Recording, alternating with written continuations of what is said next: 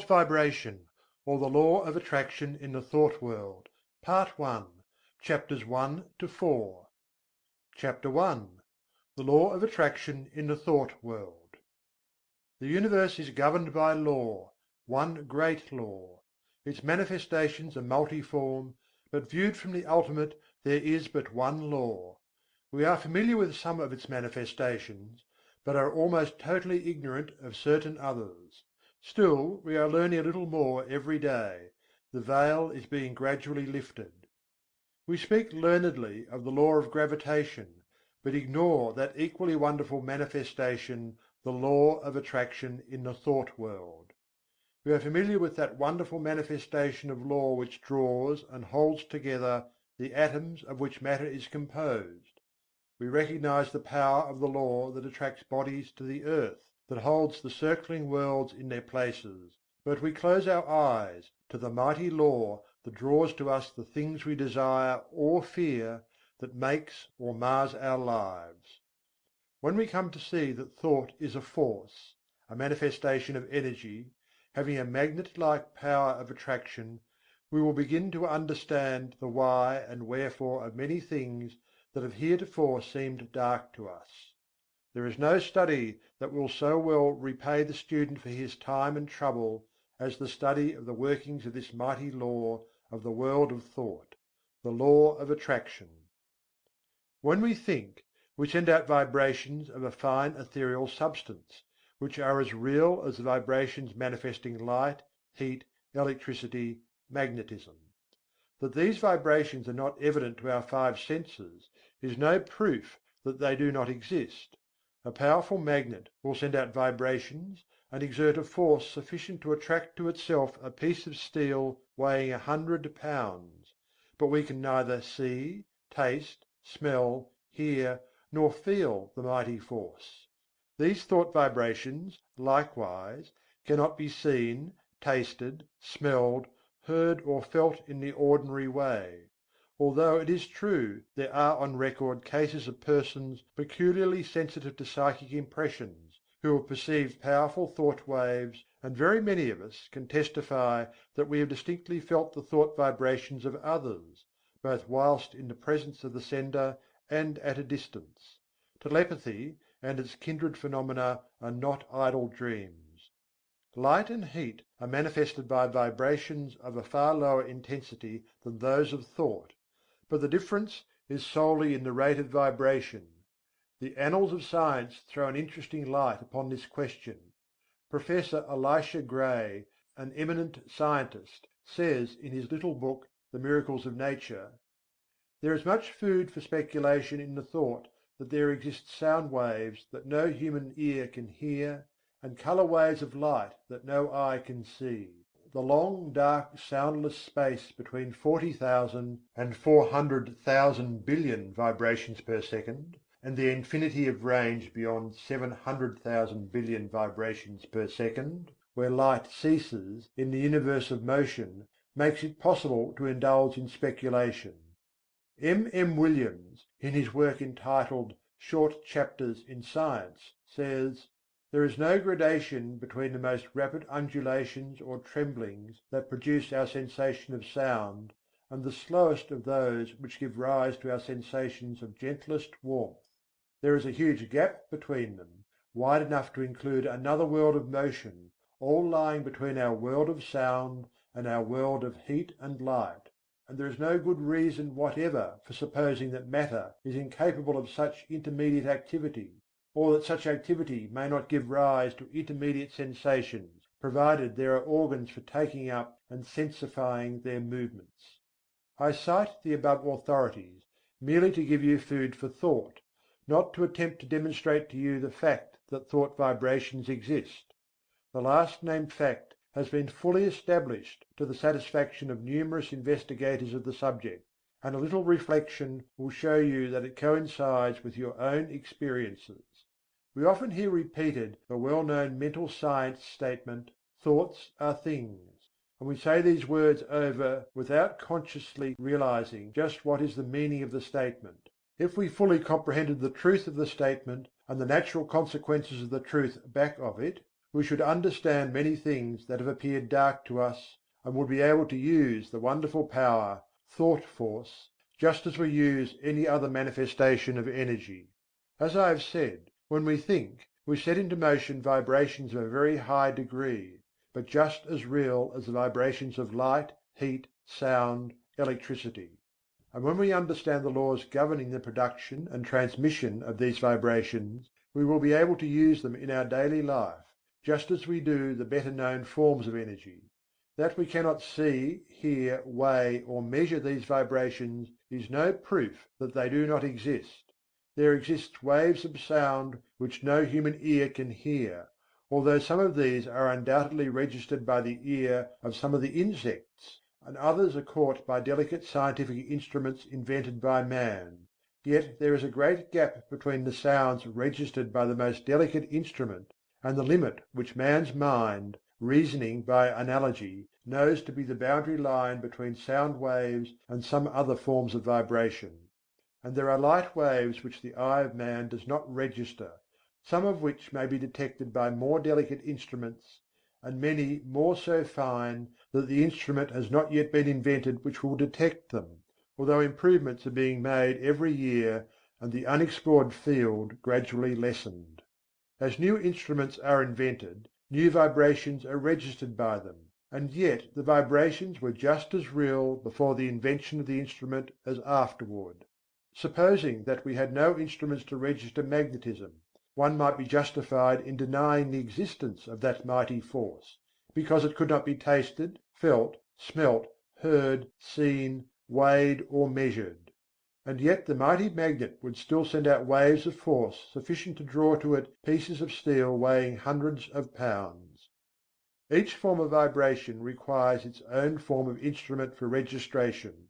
At present the human brain seems to be the only instrument capable of registering thought waves, although occultists say that in this century scientists will invent apparatus sufficiently delicate to catch and register such impressions. And from present indications it looks as if the invention named might be expected at any time. The demand exists, and undoubtedly will be soon supplied. But to those who have experimented along the lines of practical telepathy, no further proof is required than the results of their own experiments. We are sending out thoughts of greater or less intensity all the time, and we are reaping the results of such thoughts. Not only do our thought waves influence ourselves and others, but they have a drawing power, they attract to us the thoughts of others, things, circumstances, people, luck, in accord with the character of the thought uppermost in our minds. Thoughts of love will attract to us the love of others, circumstances and surroundings in accord with the thought, people who are of like thought. Thoughts of anger, hate, envy, malice, and jealousy will draw to us the foul brood of kindred thoughts emanating from the minds of others, circumstances in which we will be called upon to manifest those vile thoughts, and will receive them in turn from others, people who will manifest in harmony, and so on. A strong thought or a thought long continued will make us the centre of attraction for the corresponding thought waves of others. Like attracts like in the thought world. As ye sow, so shall ye reap.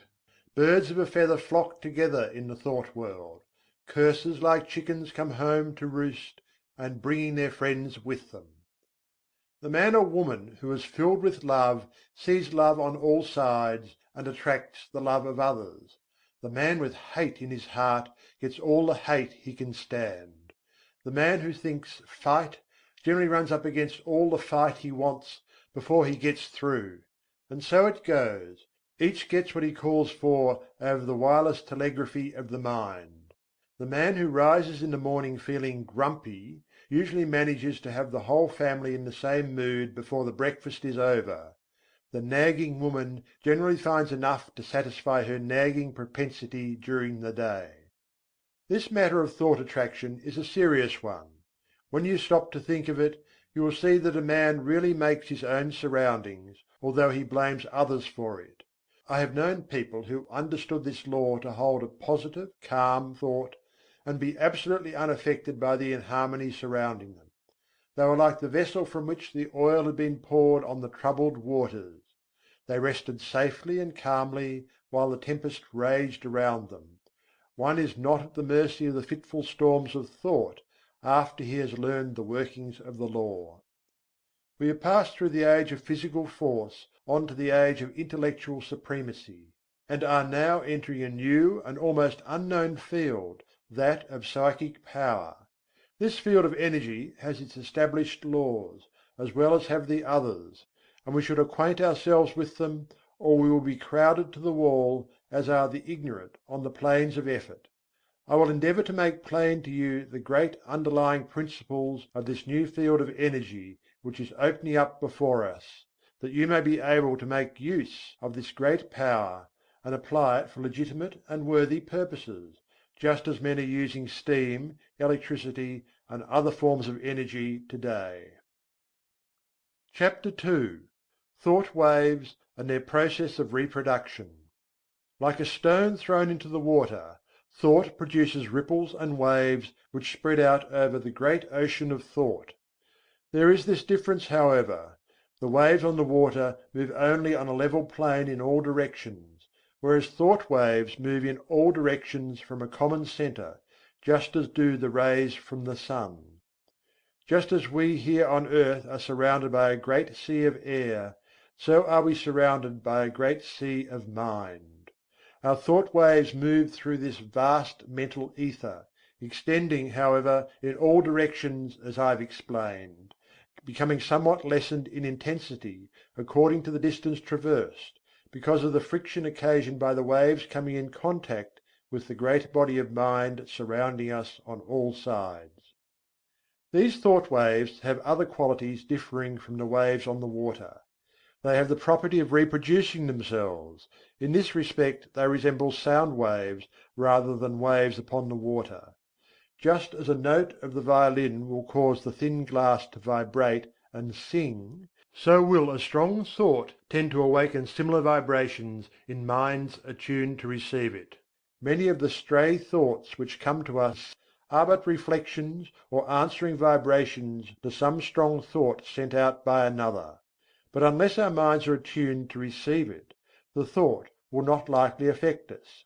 If we are thinking high and great thoughts, our minds acquire a certain keynote corresponding to the character of the thoughts we have been thinking; and this keynote once established, we will be apt to catch the vibrations of other minds keyed to the same thought. On the other hand, let us get into the habit of thinking thoughts of an opposite character, and we will soon be echoing the low order of thought emanating from the minds of the thousands thinking along the same lines. We are largely what we have thought ourselves into being, the balance being represented by the character of the suggestions and thoughts of others which have reached us either directly by verbal suggestions, or telepathically by means of such thought waves.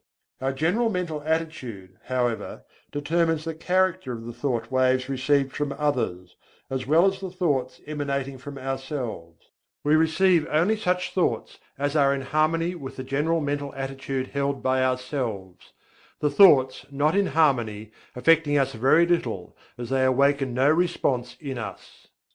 The man who believes thoroughly in himself, and maintains a positive, strong mental attitude of confidence and determination, is not likely to be affected by the adverse and negative thoughts of discouragement and failure emanating from the minds of other persons in whom these last qualities predominate. At the same time, these negative thoughts, if they reach one whose mental attitude is pitched on a low key, deepen his negative state and add fuel to the fire which is consuming his strength, or, if you prefer this figure, serve to further smother the fire of his energy and activity. We attract to ourselves the thoughts of others of the same order of thought. The man who thinks success will be apt to get into tune with the minds of others thinking likewise, and they will help him and he them. The man who allows his mind to dwell constantly upon thoughts of failure brings himself into close touch with the minds of other failure people, and each will tend to pull the other down still more. The man who thinks that all is evil is apt to see much evil, and will be brought into contact with others who will seem to prove his theory. And the man who looks for good in everything and everybody will be likely to attract to himself the things and people corresponding to his thought. We will generally see that for which we look. You will be able to carry this idea more clearly if you will think of the Marconi wireless instruments, which receive the vibrations only from the sending instrument which has been attuned to the same key, while other telegrams are passing through the air in near vicinity without affecting the instrument. The same law applies to the operations of thought. We receive only that which corresponds to our mental attunement. If we have been discouraged, we may rest assured that we have dropped into a negative key, and have been affected not only by our own thoughts, but have also received the added depressing thoughts of similar character which are constantly being sent out from the minds of other unfortunates who have not yet learned the law of attraction in the thought world. And if we occasionally rise to heights of enthusiasm and energy, how quickly we feel the inflow of the courageous, daring, energetic, positive thoughts being sent out by the live men and women of the world. We recognize this without much trouble when we come into personal contact with people and feel their vibrations, depressing or invigorating as the case may be. But the same law operates when we are not in their presence, although less strongly. The mind has many degrees of pitch, ranging from the highest positive note to the lowest negative note, with many notes in between, varying in pitch according to their respective distance from the positive or negative extreme.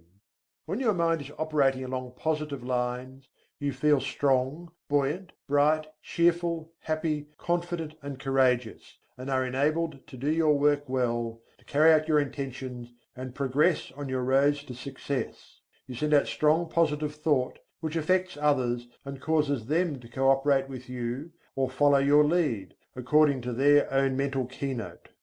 When you are playing on the extreme negative end of the mental keyboard, you feel depressed, weak, passive, dull, fearful, cowardly, and you find yourself unable to make progress or to succeed, and your effect upon others is practically nil. You are led by rather than leading others, and are used as a human doormat or football by more positive persons. In some persons the positive element seems to predominate, and in others the negative quality seems to be more in evidence. There are, of course, widely varying degrees of positiveness and negativeness, and B may be negative to A, while positive to C. When two people first meet, there is generally a silent mental conflict in which their respective minds test their quality of positiveness, and fix their relative position towards each other. This process may be unconscious in many cases, but it occurs nevertheless. The adjustment is often automatic, but occasionally the struggle is so sharp, the opponents being so well matched, that the matter forces itself into the consciousness of the two people.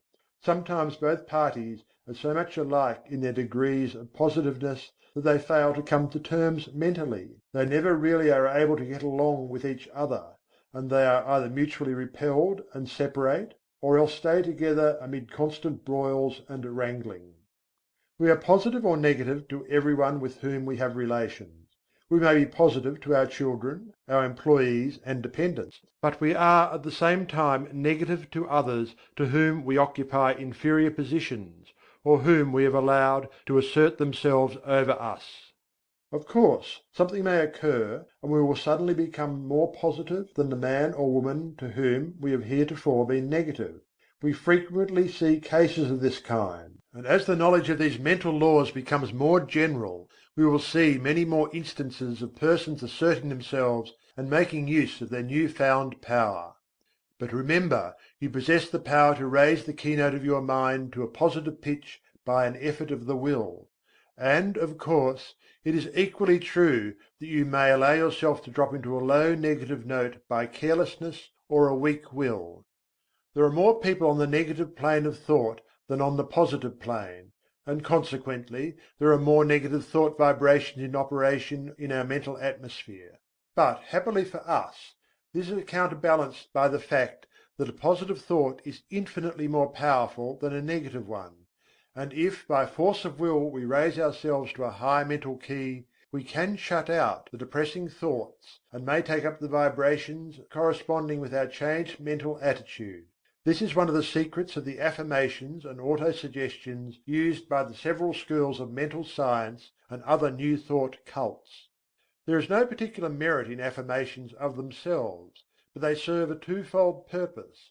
One, they tend to establish new mental attitudes within us and act wonderfully in the direction of character building, the science of making ourselves over. Two, they tend to raise the mental keynote so that we may get the benefit of the positive thought waves of others on the same plane of thought. Whether or not we believe in them, we are constantly making affirmations. The man who asserts that he can and will do a thing, and asserts it earnestly, develops in himself the qualities conducive to the well-doing of that thing, and at the same time places his mind in the proper key to receive all the thought waves likely to help him in the doing.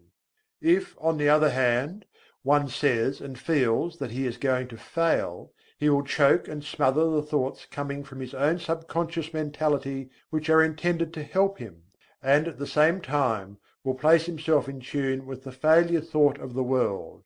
And there is plenty of the latter kind of thought around, I can tell you. Do not allow yourself to be affected by the adverse and negative thoughts of those around you. Rise to the upper chambers of your mental dwelling, and key yourself up to a strong pitch, away above the vibrations of the lower planes of thought. Then you will not only be immune to their negative vibrations, but will be in touch with the great body of strong positive thought coming from those of your own plane of development. My aim will be to direct and train you in the proper use of thought and will, so that you may have yourself well in hand, and may be able to strike the positive key at any moment you may feel it necessary. It is not necessary to strike the extreme note on all occasions. The better plan is to keep yourself in a comfortable key, without much strain, and to have the means at command whereby you can raise the pitch at once when occasion demands. By this knowledge you will not be at the mercy of the old automatic action of the mind, but may have it well under your own control. Development of the will is very much like the development of a muscle, a matter of practice and gradual improvement. At first it is apt to be tiresome, but at each trial one goes stronger until the new strength becomes real and permanent. Many of us have made ourselves positive under sudden calls or emergencies. We are in the habit of bracing up when occasion demands, but by intelligent practice you will be so much strengthened that your habitual state will be equal to your bracing up stage now, and then when you feel it necessary to apply the spur, you will be able to reach a stage not dreamed of at present.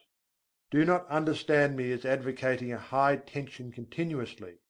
This is not at all desirable, not only because it is apt to be too much of a strain upon you, but also because you will find it desirable to relieve the tension at times and become receptive that you may absorb impressions. It is well to be able to relax and assume a certain degree of receptiveness, knowing that you are always able to spring back to the more positive state at will. The habitually strong positive man loses much enjoyment and recreation. Positive, you give out expressions; receptive, you take in impressions. Positive, you are a teacher; receptive, a pupil. It is not only a good thing to be a good teacher, but it is also very important to be a good listener at times. CHAPTER III.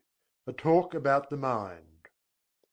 Man has but one mind, but he has many mental faculties, each faculty being capable of functioning along two different lines of mental effort. There are no distinct dividing lines separating the two several functions of a faculty, but they shade into each other as do the colours of the spectrum.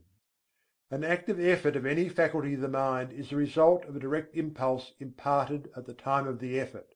A passive effort of any faculty of the mind is the result of either a preceding active effort of the same mind, an active effort of another along the lines of suggestion, thought vibrations from the mind of another, thought impulses from an ancestor transmitted by the law of heredity, including impulses transmitted from generation to generation from the time of the original vibratory impulse imparted by the primal cause, which impulses gradually unfold and unsheath when the proper state of evolutionary development is reached.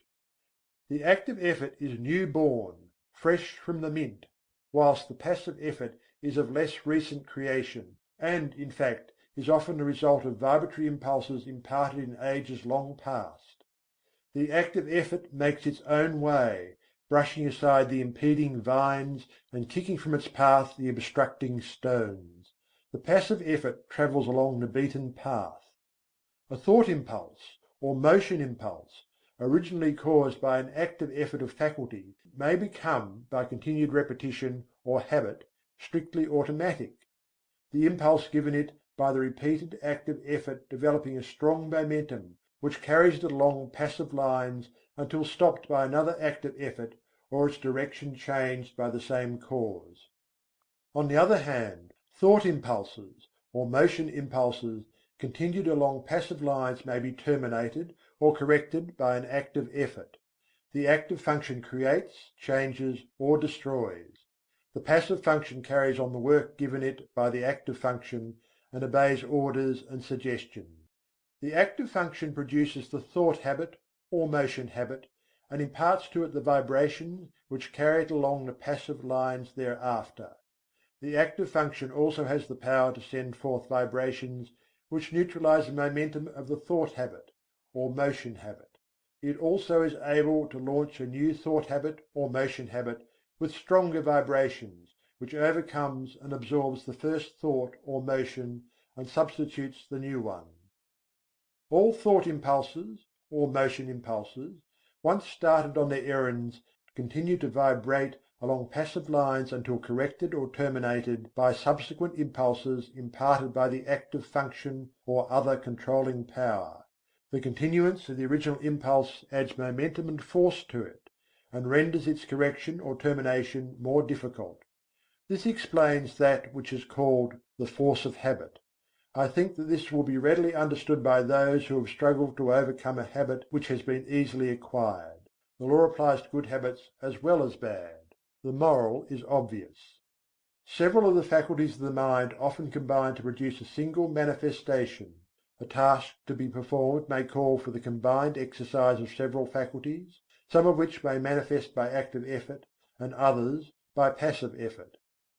The meeting of new conditions, new problems, calls for the exercise of active effort, whilst a familiar problem or task can be easily handled by the passive effort without the assistance of his more enterprising brother. There is in nature an instinctive tendency of living organisms to perform certain actions, the tendency of an organized body to seek that which satisfies the wants of its organism. This tendency is sometimes called appetency. It is really a passive mental impulse, originating with the impetus imparted by the primal cause, and transmitted along the lines of evolutionary development, gaining strength and power as it progresses. The impulse of the primal cause is assisted by the powerful upward attraction exerted by the Absolute. In plant life, this tendency is plainly discernible, ranging from the lesser exhibitions in the lower types to the greater in the higher types. It is that which is generally spoken of as the life force in plants. It is, however, a manifestation of rudimentary mentation, functioning along the lines of passive effort. In some of the higher forms of plant life there appears a faint colour of independent life action, a faint indication of choice or volition. Writers on plant life relate many remarkable instances of this phenomenon. It is undoubtedly an exhibition of rudimentary active mentation. In the lower animal kingdom a very high degree of passive mental effort is found, and, varying in degree in the several families and species, a considerable amount of active mentation is apparent. The lower animal undoubtedly possesses reason only in a lesser degree than man, and, in fact, the display of volitional mentation exhibited by an intelligent animal is often nearly as high as that shown by the lower types of man or by a young child. As a child, before birth, shows in its body the stages of the physical evolution of man, so does a child, before and after birth, until maturity, manifest the stages of the mental evolution of man. Man, the highest type of life yet produced, at least upon this planet, shows the highest form of passive mentation, and also a much higher development of active mentation than is seen in the lower animals, and yet the degrees of that power vary widely among the different races of men. Even among men of our race the different degrees of active mentation are plainly noticeable, these degrees not depending by any means upon the amount of culture, social position, or educational advantages possessed by the individual. Mental culture and mental development are two very different things. You have but to look around you to see the different stages of the development of active mentation in man. The reasoning of many men is scarcely more than passive mentation, exhibiting but little of the qualities of volitional thought. They prefer to let other men think for them. Active mentation tires them, and they find the instinctive, automatic, passive mental process much easier. Their minds work along the lines of least resistance. They are but little more than human sheep. Among the lower animals and the lower types of men, active mentation is largely confined to the grosser faculties, the more material plane; the higher mental faculties working along the instinctive automatic lines of the passive function. As the lower forms of life progressed in the evolutionary scale, they developed new faculties which were latent within them. These faculties always manifested in the form of rudimentary passive functioning, and afterwards worked up through higher passive forms until the active functions were brought into play. The evolutionary process still continues, the invariable tendency being toward the goal of highly developed active mentation. This evolutionary progress is caused by the vibratory impulse imparted by the primal cause, aided by the uplifting attraction of the Absolute. This law of evolution is still in progress, and man is beginning to develop new powers of mind, which, of course, are first manifesting themselves along the lines of passive effort. Some men have developed these new faculties to a considerable degree, and it is possible that before long man will be able to exercise them along the line of their active functions. In fact, this power has already been attained by a few. This is the secret of the Oriental occultists and of some of their Occidental brethren. The amenability of the mind to the will can be increased by properly directed practice. That which we are in the habit of referring to as the strengthening of the will is in reality the training of the mind to recognize and absorb the power within. The will is strong enough, it does not need strengthening, but the mind needs to be trained to receive and act upon the suggestions of the will. The will is the outward manifestation of the I Am. The will current is flowing in full strength along the spiritual wires, but you must learn how to raise the trolley pole to touch it before the mental car will move. This is a somewhat different idea from that which you have been in the habit of receiving from writers on the subject of will power, but it is correct, as you will demonstrate to your satisfaction if you will follow up the subject by experiments along the proper lines. The attraction of the Absolute is drawing man upward, and the vibratory force of the primal impulse has not yet exhausted itself. The time of evolutionary development has come when man can help himself. The man who understands the law can accomplish wonders by means of the development of the powers of the mind, whilst the man who turns his back upon the truth will suffer from his lack of knowledge of the law. He who understands the laws of his mental being develops his latent powers and uses them intelligently. He does not despise his passive mental functions, but makes good use of them also, charges them with the duties for which they are best fitted, and is able to obtain wonderful results from their work, having mastered them and trained them to do the bidding of the higher self. When they fail to do their work properly, he regulates them, and his knowledge prevents him from meddling with them unintelligently, and thereby doing himself harm. He develops the faculties and powers latent within him, and learns how to manifest them along the line of active mentation as well as passive. He knows that the real man within him is the master to whom both the active and passive functions are but tools. He has banished fear and enjoys freedom. He has found himself. He has learned the secret of I Am. CHAPTER IV. Mind Building. Man can build up his mind and make it what he wills. In fact, we are mind building every hour of our lives, either consciously or unconsciously. The majority of us are doing the work unconsciously, but those who have seen a little below the surface of things have taken the matter in hand and have become conscious creators of their own mentality. They are no longer subject to the suggestions and influences of others, but have become masters of themselves. They assert the "I" and compel obedience from the subordinate mental faculties. The "I" is the sovereign of the mind, and what we call will is the instrument of the "I." Of course, there is something back of this, and the universal will is higher than the will of the individual, but the latter is in much closer touch with the universal will than is generally supposed, and when one conquers the lower self and asserts the "I," he becomes in close touch with the universal will and partakes largely of its wonderful power. The moment one asserts the "I" and finds himself, he establishes a close connection between the individual will and the universal will. But before he is able to avail himself of the mighty power at his command, he must first effect the mastery of the lower self. Think of the absurdity of man claiming to manifest powers, when he is the slave of the lower parts of his mental being, which should be subordinate. Think of a man being the slave of his moods, passions, animal appetites and lower faculties, and at the same time trying to claim the benefits of the will. Now I am not preaching asceticism, which seems to me to be a confession of weakness. I am speaking of self-mastery, the assertion of the "I" over the subordinate parts of oneself. In the high view of the subject, this "I" is the only real self, and the rest is the non-self. But our space does not permit the discussion of this point, and we will use the word "self" as meaning the entire man. Before a man can assert the "I" in its full strength, he must obtain the complete mastery of the subordinate parts of the self.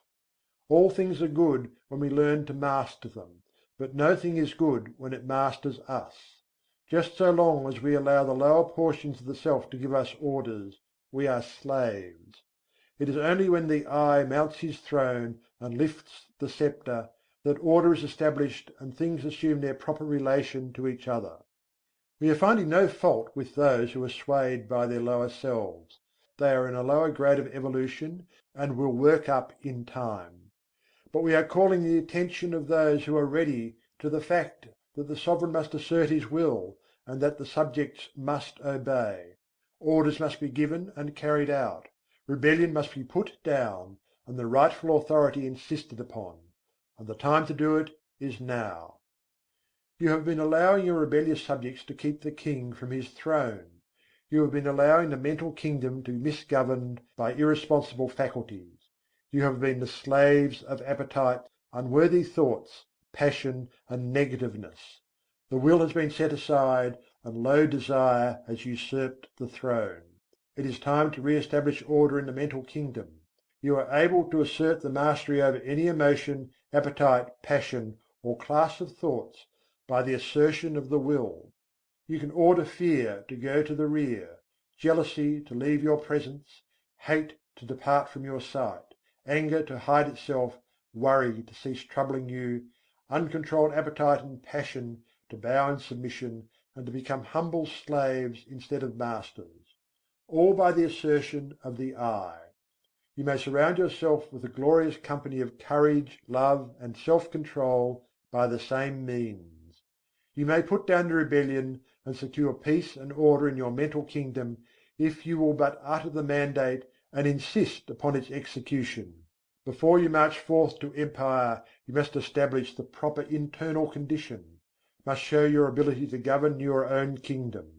The first battle is the conquest of the lesser self by the real self. Affirmation: I am asserting the mastery of my real self. Repeat these words earnestly and positively during the day at least once an hour, and particularly when you are confronted with conditions which tempt you to act on the lines of the lesser self instead of following the course dictated by the real self. In the moment of doubt and hesitation, say these words earnestly, and your way will be made clear to you. Repeat them several times after you retire and settle yourself to sleep. But be sure to back up the words with the thoughts inspiring them, and do not merely repeat them parrot-like. form the mental image of the real self asserting its mastery over the lower planes of your mind. See the king on his throne. You will become conscious of an influx of new thought, and things which have seemed hard for you will suddenly become much easier. You will feel that you have yourself well in hand, and that you are the master and not the slave. The thought you are holding will manifest itself in action, and you will steadily grow to become that which you have in mind. Exercise. Fix the mind firmly on the higher self, and draw inspiration from it when you feel led to yield to the promptings of the lower part of your nature. When you are tempted to burst into anger, assert the "I," and your voice will drop. Anger is unworthy of the developed self. When you feel vexed and cross, remember what you are, and rise above your feeling. When you feel fearful, remember that the real self fears nothing, and assert courage. When you feel jealousy inciting, think of your higher nature and laugh. And so on, asserting the real self, and not allowing the things on the lower plane of mentality to disturb you. They are unworthy of you, and must be taught to keep their places. Do not allow these things to master you. They should be your subjects, not your masters. You must get away from this plane, and the only way to do so is to cut loose from these phases of thought which have been running things to suit themselves. You may have trouble at the start, but keep at it, and you will have that satisfaction which comes only from conquering the lower parts of our nature. You have been a slave long enough; now is the time to free yourselves. If you will follow these exercises faithfully, you will be a different being by the end of the year, and will look back with a pitying smile to your former condition. But it takes work. This is not child's play, but a task for earnest men and women. Will you make the effort? Chapter V. The Secret of the Will. While psychologists may differ in their theories regarding the nature of the will, none deny its existence, nor question its power. All persons recognize the power of strong will; all see how it may be used to overcome the greatest obstacles. But few realize that the will may be developed and strengthened by intelligent practice. They feel that they could accomplish wonders if they had a strong will, but instead of attempting to develop it, they content themselves with vain regrets. They sigh, but do nothing. Those who have investigated the subject closely know that will power, with all its latent possibilities and mighty powers, may be developed, disciplined, controlled, and directed, just as may any other of nature's forces. It does not matter what theory you may entertain about the nature of the will, you will obtain the results if you practice intelligently. Personally, I have a somewhat odd theory about the will. I believe that every man has, potentially, a strong will, and that all he has to do is to train his mind to make use of it. I think that in the higher regions of the mind of every man is a great store of will power awaiting his use. The will current is running along the psychic wires, and all that is necessary to do is to raise the mental trolley pole and bring down the power for your use. And the supply is unlimited, for your little storage battery is connected with the great power house of the universal will power, and the power is inexhaustible. Your will does not need training, but your mind does. The mind is the instrument, and the supply of will power is proportionate to the fineness of the instrument through which it manifests. But you needn't accept this theory if you don't like it. This lesson will fit your theory as well as mine. He who has developed his mind so that it will allow the will power to manifest through it has opened up wonderful possibilities for himself. Not only has he found a great power at his command, but he is able to bring into play and use faculties, talents, and abilities of whose existence he has not dreamed. This secret of the will is the magic key which opens all doors. The late Donald G. Mitchell once wrote, "Resolve is what makes a man manifest. Not puny resolve, but crude determination; not errant purpose, but that strong and indefatigable will which treads down difficulties and danger, as a boy treads down the heaving frost lands of winter, which kindles his eye and brain with a proud pulse beat toward the unattainable. Will makes men giants. Many of us feel that if we would but exert our will, we might accomplish wonders. But somehow we do not seem to want to take the trouble. At any rate, we do not get to the actual willing point. We put it off from time to time, and talk vaguely of "some day," but that some day never comes. We instinctively feel the power of the will, but we haven't enough energy to exercise it, and so drift along with the tide, unless perhaps some friendly difficulty arises, some helpful obstacle appears in our path, or some kindly pain stirs us into action, in either of which cases we are compelled to assert our will and thus begin to accomplish something. The trouble with us is that we do not want to do the thing enough to make us exert our will power. We don't want to hard enough. We are mentally lazy and of weak desire. If you do not like the word desire, substitute for it the word aspiration. Some people call the lower impulses desires and the higher aspirations. It's all a matter of words. Take your choice. That is the trouble. Let a man be in danger of losing his life, let a woman be in danger of losing a great love, and you will witness a startling exhibition of will power from an unexpected source. Let a woman's child be threatened with danger, and she will manifest a degree of courage and will that sweeps all before it. And yet the same woman will quail before a domineering husband, and will lack the will to perform a simple task. A boy will do all sorts of work, if he but considers it play, and yet he can scarcely force himself to cut a little firewood. Strong will follows strong desire. If you really want to do a thing very much, you can usually develop the will power to accomplish it. The trouble is that you have not really wanted to do these things, and yet you blame your will.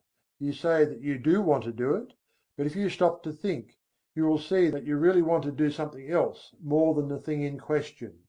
You are not willing to pay the price of attainment. Stop a moment and analyze this statement and apply it in your own case. You are mentally lazy, that's the trouble. Don't talk to me about not having enough will. You have a great storehouse of will awaiting your use, but you are too lazy to use it. Now, if you are really in earnest about this matter, get to work and first find out what you really want to do. Then start to work and do it. Never mind about the will power. You'll find a full supply of that whenever you need it. The thing to do is to get to the point where you will resolve to do. That is the real test, the resolving. Think of these things a little, and make up your mind whether or not you really want to be a willer sufficiently hard to get to work. Many excellent essays and books have been written on this subject, all of which agree regarding the greatness of will power, the most enthusiastic terms being used, but few have anything to say about how this power may be acquired by those who have it not, or who possess it in but a limited degree. Some have given exercises designed to strengthen the will, which exercises really strengthen the mind, so that it is able to draw upon its store of power. But they have generally overlooked the fact that in autosuggestion is to be found the secret of the development of the mind, so that it may become the efficient instrument of the will. Autosuggestion. I am using my will power. Say these words several times earnestly and positively immediately after finishing this article. Then repeat them frequently during the day, at least once an hour, and particularly when you meet something that calls for the exercise of will power. Also repeat them several times after you retire and settle yourself for sleep. Now there is nothing in the words unless you back them with the thought. In fact, the thought is the whole thing, and the words only pegs upon which to hang the thought. So think of what you are saying, and mean what you say. You must use faith at the start, and use the words with a confident expectation of the result. Hold the steady thought that you are drawing on your storehouse of will power, and before long you will find that thought is taking form in action, and that your will power is manifesting itself. You will feel an influx of strength with each repetition of the words. you will find yourself overcoming difficulties and bad habits, and will be surprised at how things are being smoothed out for you. Exercise. Perform at least one disagreeable task each day during the month. If there is any specially disagreeable task which you would like to shirk, that is the one for you to perform. This is not given to you in order to make you self-sacrificing or meek or anything of that sort. It is given you to exercise your will. Anyone can do a pleasant thing cheerfully, but it takes will to do the unpleasant thing cheerfully, and that is how you must do the work. It will prove a most valuable discipline to you. Try it for a month, and you will see where it comes in. If you shirk this exercise, you had better stop right here and acknowledge that you do not want will power, and are content to stay where you are and remain a weakling. Chapter 6. How to become immune to injurious thought attraction.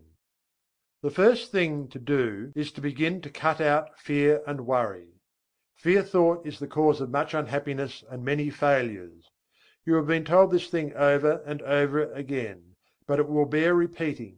Fear is a habit of mind which has been fastened upon us by negative race thought, but from which we may free ourselves by individual effort and perseverance. Strong expectancy is a powerful magnet. He of the strong confident desire attracts to him the things best calculated to aid him: persons, things, circumstances, surroundings, if he desires them hopefully, trustfully, confidently, calmly. And, equally true, he who fears a thing generally manages to start into operation forces which will cause the thing he feared to come upon him. Don't you see, the man who fears really expects the feared thing, and in the eyes of the law is the same as if he really had wished for or desired it. The law is operative in both cases, the principle is the same. The best way to overcome the habit of fear is to assume the mental attitude of courage, just as the best way to get rid of darkness is to let in the light. It is a waste of time to fight a negative thought habit by recognizing its force, and trying to deny it out of existence by mighty efforts. The best, surest, easiest and quickest method is to assume the existence of the positive thought desired in its place, and by constantly dwelling upon the positive thought, manifest it into objective reality. Therefore, instead of repeating, "I'm not afraid," say boldly, "I am full of courage, I am courageousness." You must assert, "There's nothing to fear," which, although in the nature of a denial, simply denies the reality of the object causing fear, rather than admitting the fear itself and then denying it. To overcome fear, one should hold firmly to the mental attitude of courage. He should think courage, say courage, act courage. He should keep the mental picture of courage before him all the time, until it becomes his normal mental attitude. Hold the ideal firmly before you, and you will gradually grow to its attainment. The ideal will become manifest. Let the word courage sink deeply into your mind, and then hold it firmly there until the mind fastens it in place. Think of yourself as being courageous. See yourself as acting with courage in trying situations. Realize that there is nothing to fear, that worry and fear never helped anyone and never will. Realize that fear paralyzes effort, and that courage promotes activity. The confident, fearless, expectant, "I can and I will" man is a mighty magnet. He attracts to himself just what is needed for his success. Things seem to come his way, and people say he is lucky. Nonsense! Luck has nothing to do with it. It's all in the mental attitude. And the mental attitude of the "I can't" or the "I'm afraid" man also determines his measure of success. There's no mystery whatsoever about it. You have but to look about you to realize the truth of what I have said. Did you ever know a successful man who did not have the "I can and I will" thought strong within him? Why, he will walk all around the "I can't" man, who has perhaps even more ability. The first mental attitude brought to the surface latent qualities, as well as attracted help from outside, whilst the second mental attitude not only attracted "I can't" people and things, but also kept the man's own powers from manifesting themselves. I have demonstrated the correctness of these views, and so have many others, and the number of people who know these things is growing every day. Don't waste your thought force, but use it to advantage.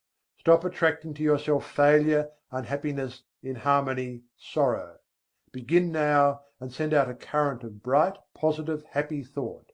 Let your prevailing thought be, "I can and I will." Think, "I can and I will." Dream, "I can and I will."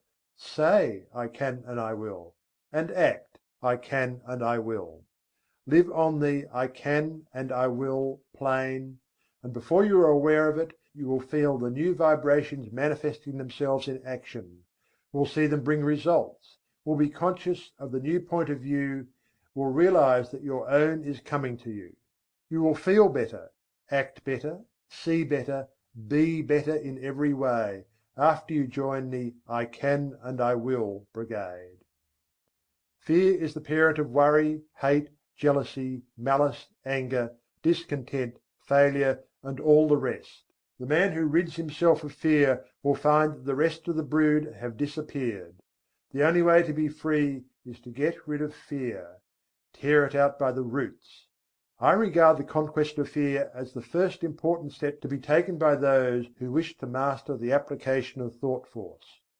So long as fear masters you, you are in no condition to make progress in the realm of thought, and I must insist that you start to work at once to get rid of this obstruction. You can do it, if you only go about it in earnest, and when you have ridded yourself of the vile thing, life will seem entirely different to you. You will feel happier, freer, stronger, more positive, and will be more successful in every undertaking of life. Start it today. Make up your mind that this intruder must go. Do not compromise matters with him, but insist upon an absolute surrender on his part. You will find the task difficult at first, but each time you oppose him, he will grow weaker and you will be stronger. Shut off his nourishment, starve him to death. He cannot live in the thought atmosphere of fearlessness. So start to fill your mind with good, strong, fearless thoughts. Keep yourself busy thinking fearlessness, and fear will die of his own accord. Fearlessness is positive, fear is negative, and you may be sure that the positive will prevail. So long as fear is around with his "but," "if," "suppose," "I'm afraid," "I can't," "what if," and all the rest of his cowardly suggestions, you will not be able to use your thought force to the best advantage. Once get him out of the way, and you will have clear sailing, and every inch of thought sail will catch the wind. He is a Jonah: overboard with him! The whale who swallows him will have my sympathy. I advise that you start in to do some of the things which you feel you could do if you were not afraid to try. Start to work to do these things, affirming courage all the way through, and you will be surprised to see how the changed mental attitude will clear away obstacles from your path, and will make things very much easier than you had anticipated. Exercises of this kind will develop you wonderfully, and you will be much gratified at the result of a little practice along these lines. There are many things before you awaiting accomplishment, which you can master if you will only throw aside the yoke of fear, if you will only refuse to accept the race suggestion, and will boldly assert the "I" and its power. And the best way to vanquish fear is to assert courage, and stop thinking of fear. By this plan you will train the mind into new habits of thought, thus eradicating the old negative thoughts which have been pulling you down and holding you back. Take the word "courage" with you as your watchword and manifest it in action. Remember, the only thing to fear is fear, and, well, don't even fear fear, for he's a cowardly chap at the best, who will run if you show a brave front. CHAPTER VII. The Transmutation of Negative Thought. Worry is the child of fear. If you kill out fear, worry will die for want of nourishment. This advice is very old, and yet it is always worthy of repetition, for it is a lesson of which we are greatly in need. Some people think that if we kill out fear and worry, we will never be able to accomplish anything. I have read editorials in the great journals in which the writers held that without worry one can never accomplish any of the great tasks of life, because worry is necessary to stimulate interest and work. This is nonsense, no matter who utters it. Worry never helped one to accomplish anything. On the contrary, it stands in the way of accomplishment and attainment. The motive underlying action and doing things is desire and interest. If one earnestly desires a thing, he naturally becomes very much interested in its accomplishment, and is quick to seize upon anything likely to help him to gain the thing he wants. More than that, his mind starts up a work on the subconscious plane that brings into the field of consciousness many ideas of value and importance. Desire and interest are the causes that result in success. Worry is not desire. It is true that if one's surroundings and environments become intolerable, he is driven in desperation to some efforts that will result in throwing off the undesirable conditions and in the acquiring of those more in harmony with his desire. But this is only another form of desire. The man desires something different from what he has, and when his desire becomes strong enough, his entire interest is given to the task, he makes a mighty effort, and the change is accomplished. But it wasn't worry that caused the effort. Worry could content itself with wringing its hands and moaning, "Woe is me," and wearing its nerves to a frazzle and accomplishing nothing. Desire acts differently. It grows stronger as the man's conditions become intolerable, and finally when he feels the hurt so strongly that he can't stand it any longer, he says, "I won't stand this any longer, I will make a change." And lo! then desire springs into action. The man keeps on wanting a change the worst way, which is the best way, and his interest and attention being given to the task of deliverance, he begins to make things move. Worry never accomplished anything. Worry is negative and death producing. Desire and ambition are positive and life producing. A man may worry himself to death, and yet nothing will be accomplished. But let that man transmute his worry and discontent into desire and interest, coupled with the belief that he is able to make the change, the "I can" and the "I will" idea, then something happens. Yes, fear and worry must go before we can do much. One must proceed to cast out these negative intruders and replace them with confidence and hope. Transmute worry into keen desire. Then you will find that interest is awakened, and you will begin to think things of interest to you. Thoughts will come to you from the great reserve stock in your mind, and you will start to manifest them in action. Moreover, you will be placing yourself in harmony with similar thoughts of others, and will draw to you aid and assistance from the great volume of thought waves with which the world is filled. One draws to himself thought waves corresponding in character with the nature of the prevailing thoughts in his own mind, his mental attitude. Then again he begins to set into motion the great law of attraction, whereby he draws to himself others likely to help him, and is, in turn, attracted to others who can aid him. This law of attraction is no joke, no metaphysical absurdity, but is the great live working principle of nature, as anyone may learn by experimenting and observing. To succeed in anything you must want it very much. Desire must be in evidence in order to attract. The man of weak desires attracts very little to himself. The stronger the desire, the greater the force set into motion. You must want a thing hard enough before you can get it. You must want it more than you do the things around you, and you must be prepared to pay the price for it. The price is the throwing overboard of certain lesser desires that stand in the way of accomplishment of the greater one. Comfort, ease, leisure, amusements, and many other things may have to go. Not always, though. It all depends on what you want. As a rule, the greater the thing desired, the greater the price to be paid for it. Nature believes in adequate compensation. But if you really desire a thing in earnest, you will pay the price without question, for the desire will dwarf the importance of the other things. You may say you want a thing very much, and are doing everything possible towards its attainment? Sure! You are only playing desire.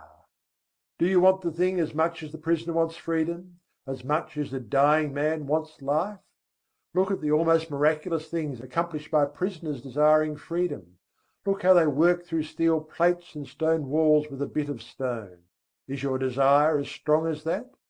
Do you work for the desired thing as if your life depended upon it? Nonsense! You don't know what desire is.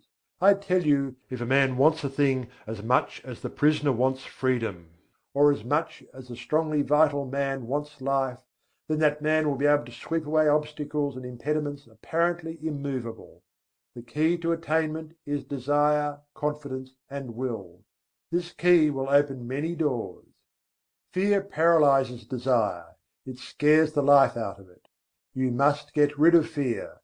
There have been times in my life when fear would get hold of me and take a good firm grip on my vitals, and I would lose all hope, all interest, all ambition, all desire. But, thank the Lord, I have always managed to throw off the grip of the monster and face my difficulty like a man. And lo, things would seem to be straightened out for me somehow. Either the difficulty would melt away, or I would be given means to overcome or get around or under or over it. It is strange how this works. No matter how great is the difficulty, when we finally face it with courage and confidence in ourselves, we seem to pull through somehow. And then we begin to wonder what we were scared about. This is not mere fancy, it is the working of a mighty law, which we do not as yet fully understand, but which we may prove at any time. People often ask, "It's all very well for you New Thought people to say, 'Don't worry,' but what's the person to do when he thinks of all the possible things ahead of him which might upset him and his plans?" Well, all I can say is that the man is foolish to bother about thinking of troubles to come at some time in the future. The majority of things that we worry about don't come to pass at all. A large proportion of the others come in a milder form than we had anticipated, and there are always other things which come at the same time which help us to overcome the trouble. The future holds in store for us not only difficulties to be overcome, but also agents to help us in overcoming the difficulties. Things adjust themselves. We are prepared for any trouble which may come upon us, and when the time comes, we somehow find ourselves able to meet it. God not only tempers the wind to the shorn lamb, but He also tempers the shorn lamb to the wind. The winds and the shearing do not come together. There is usually enough time for the lamb to get seasoned, and then he generally grows new wool before the cold blast comes. It has been well said that 9/10 of the worries are over things which never come to pass, and that the other tenth is over things of little or no account. So what's the use in using up all your reserve force in fretting over future troubles, if this be so? Better wait until your troubles really come before you worry. You will find that by this storing up of energy you will be able to meet about any sort of trouble that comes your way. What is it that uses up all the energy in the average man or woman anyway? Is it the real overcoming of difficulties, or the worrying about impending troubles? It's always tomorrow, tomorrow, and yet tomorrow never comes just as we feared it would. Tomorrow is all right, it carries in its grip good things as well as troubles.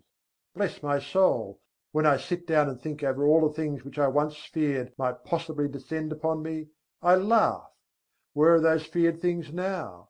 I don't know. I've almost forgotten that I ever feared them. You needn't fight worry. That isn't the way to overcome the habit.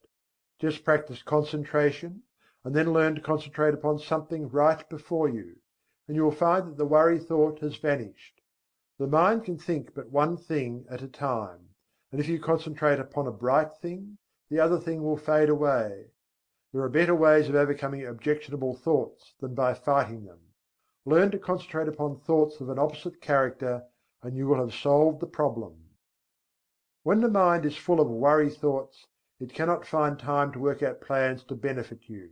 But when you have concentrated upon bright, helpful thoughts, you will discover that it will start to work subconsciously, and when the time comes, you will find all sorts of plans and methods by which you will be able to meet the demands upon you. Keep your mental attitude right, and all things will be added unto you. There's no sense in worrying. Nothing has ever been gained by it, and nothing ever will be. Bright, cheerful and happy thoughts attract bright, cheerful and happy things to us. Worry drives them away. Cultivate the right mental attitude. CHAPTER VIII. The Law of Mental Control. Your thoughts are either faithful servants or tyrannical masters, just as you allow them to be. You have the say about it. Take your choice. They will either go about your work under direction of the firm will, doing it the best they know how, not only in your waking hours, but when you are asleep. Some of our best mental work being performed for us when our conscious mentality is at rest, as is evidenced by the fact that when the morning comes, we find troublesome problems have been worked out for us during the night, after we had dismissed them from our minds, apparently. Or they will ride all over us and make us their slaves if we are foolish enough to allow them to do so. More than half the people of the world are slaves of every vagrant thought which may see fit to torment them. Your mind is given you for your good and for your own use, not to use you. There are very few people who seem to realize this, and who understand the art of managing the mind. The key to the mystery is concentration. A little practice will develop within every man the power to use the mental machine properly. When you have some mental work to do, concentrate upon it to the exclusion of everything else, and you will find that the mind will get right down to business, to the work at hand, and matters will be cleared up in no time. There is an absence of friction, and all waste motion or lost power is obviated. Every pound of energy is put to use, and every revolution of the mental driving wheel counts for something. It pays to be able to be a competent mental engineer. And the man who understands how to run his mental engine knows that one of the important things is to be able to stop it when the work has been done.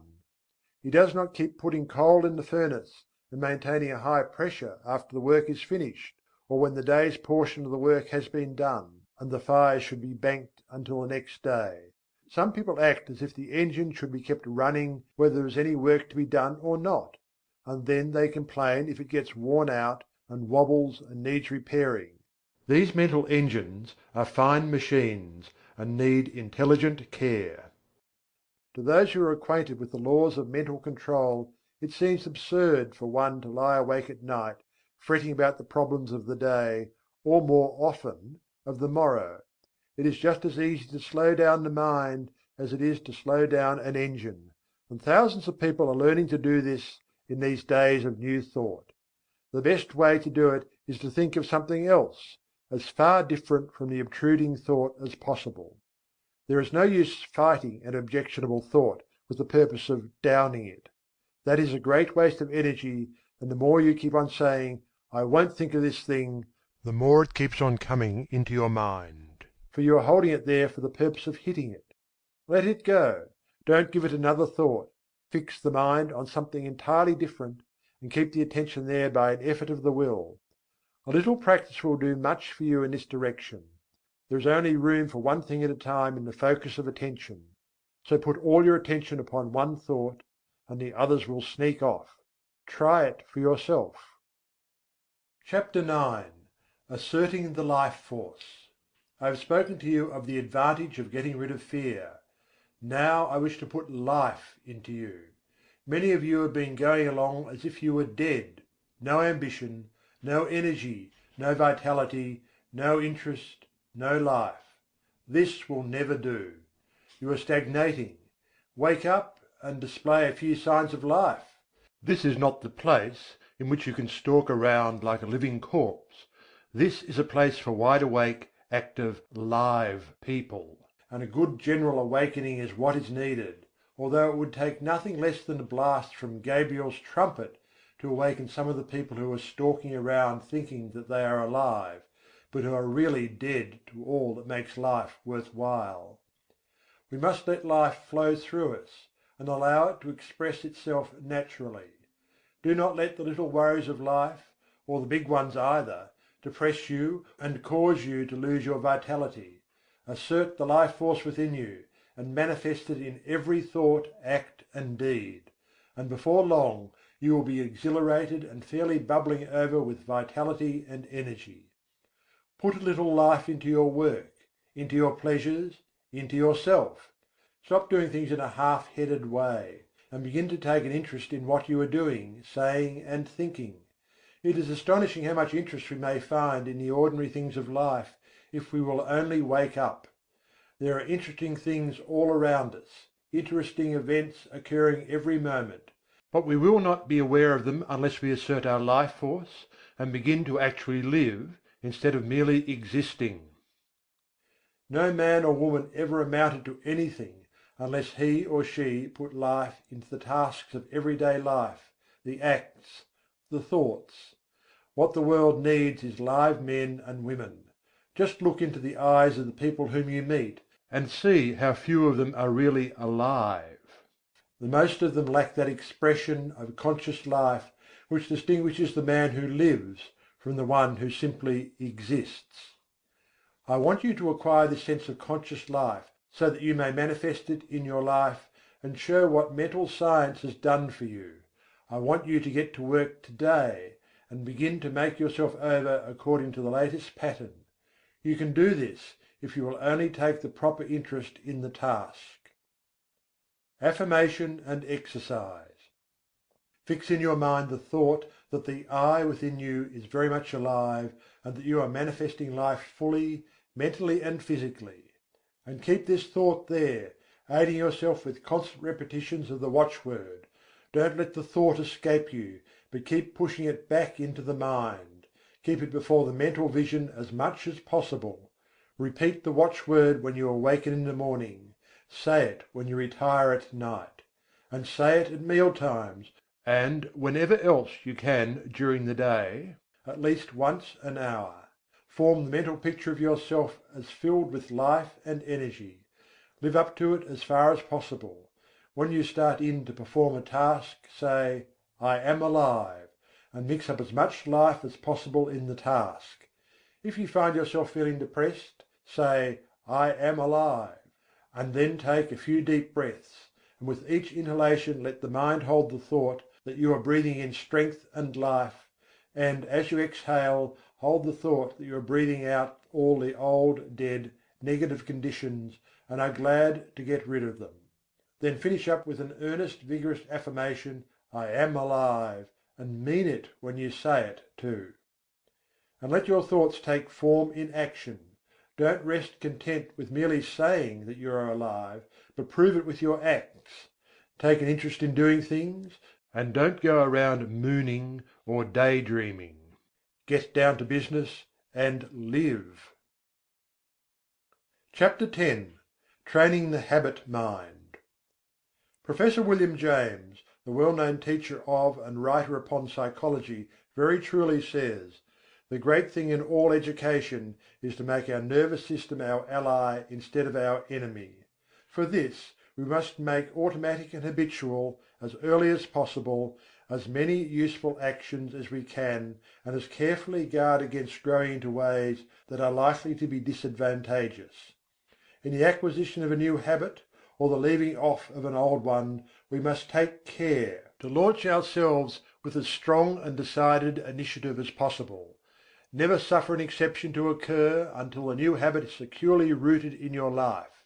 Seize the very first possible opportunity to act on every resolution you make, and on every emotional prompting you may experience, in the direction of the habits you aspire to gain." This advice is along the lines familiar to all students of mental science, but it states the matter more plainly than the majority of us have done. It impresses upon us the importance of passing on to the subconscious mind the proper impulses, so that they will become automatic and second nature. Our subconscious mentality is a great storehouse for all sorts of suggestions from ourselves and others, and, as it is the habit mind, we must be careful to send it the proper material from which it may make habits. If we get into the habit of doing certain things, we may be sure that the subconscious mentality will make it easier for us to do just the same thing over and over again, easier each time, until finally we are firmly bound with the ropes and chains of the habit, and find it more or less difficult, sometimes almost impossible, to free ourselves from the hateful thing. We should cultivate good habits against the hour of need. The time will come when we will be required to put forth our best efforts, and it rests with us today whether that hour of need shall find us doing the proper thing automatically and almost without thought, or struggling to do it bound down and hindered with the chains of things opposed to that which we desire at that moment. We must be on guard at all times to prevent the forming of undesirable habits. There may be no special harm in doing a certain thing today, or perhaps again tomorrow, but there may be much harm in setting up the habit of doing that particular thing. If you are confronted with the question, "Which of these two things should I do?" the best answer is, "I will do that which I would like to become a habit with me." In forming a new habit, or in breaking an old one, we should throw ourselves into the task with as much enthusiasm as possible, in order to gain the most ground before the energy expends itself when it meets with friction from the imposing habits already formed. We should start in by making as strong an impression as possible upon the subconscious mentality. Then we should be constantly on guard against temptations to break the new resolution just this once. This "just once" idea kills off more good resolutions than any other one cause. The moment you yield "just this once," you introduce the thin end of the wedge that will, in the end, split your resolution into pieces. Equally important is the fact that each time you resist temptation, the stronger does your resolution become. Act upon your resolution as early and as often as possible. As with every manifestation of thought in action, the stronger does it become. You are adding to the strength of your original resolution every time you back it up with action. The mind has been likened to a piece of paper that has been folded. Ever afterwards it has a tendency to fold in the same crease, unless we make a new crease or fold, when it will follow the last lines. And the creases are habits. Every time we make one, it is so much easier for the mind to fold along the same crease afterward. Let us make our mental creases in the right direction. CHAPTER XI. The Psychology of Emotion. One is apt to think of the emotions as independent from habit. We easily may think of one acquiring habits of action, and even of thinking, but we are apt to regard the emotions as something connected with feeling, and quite divorced from intellectual effort.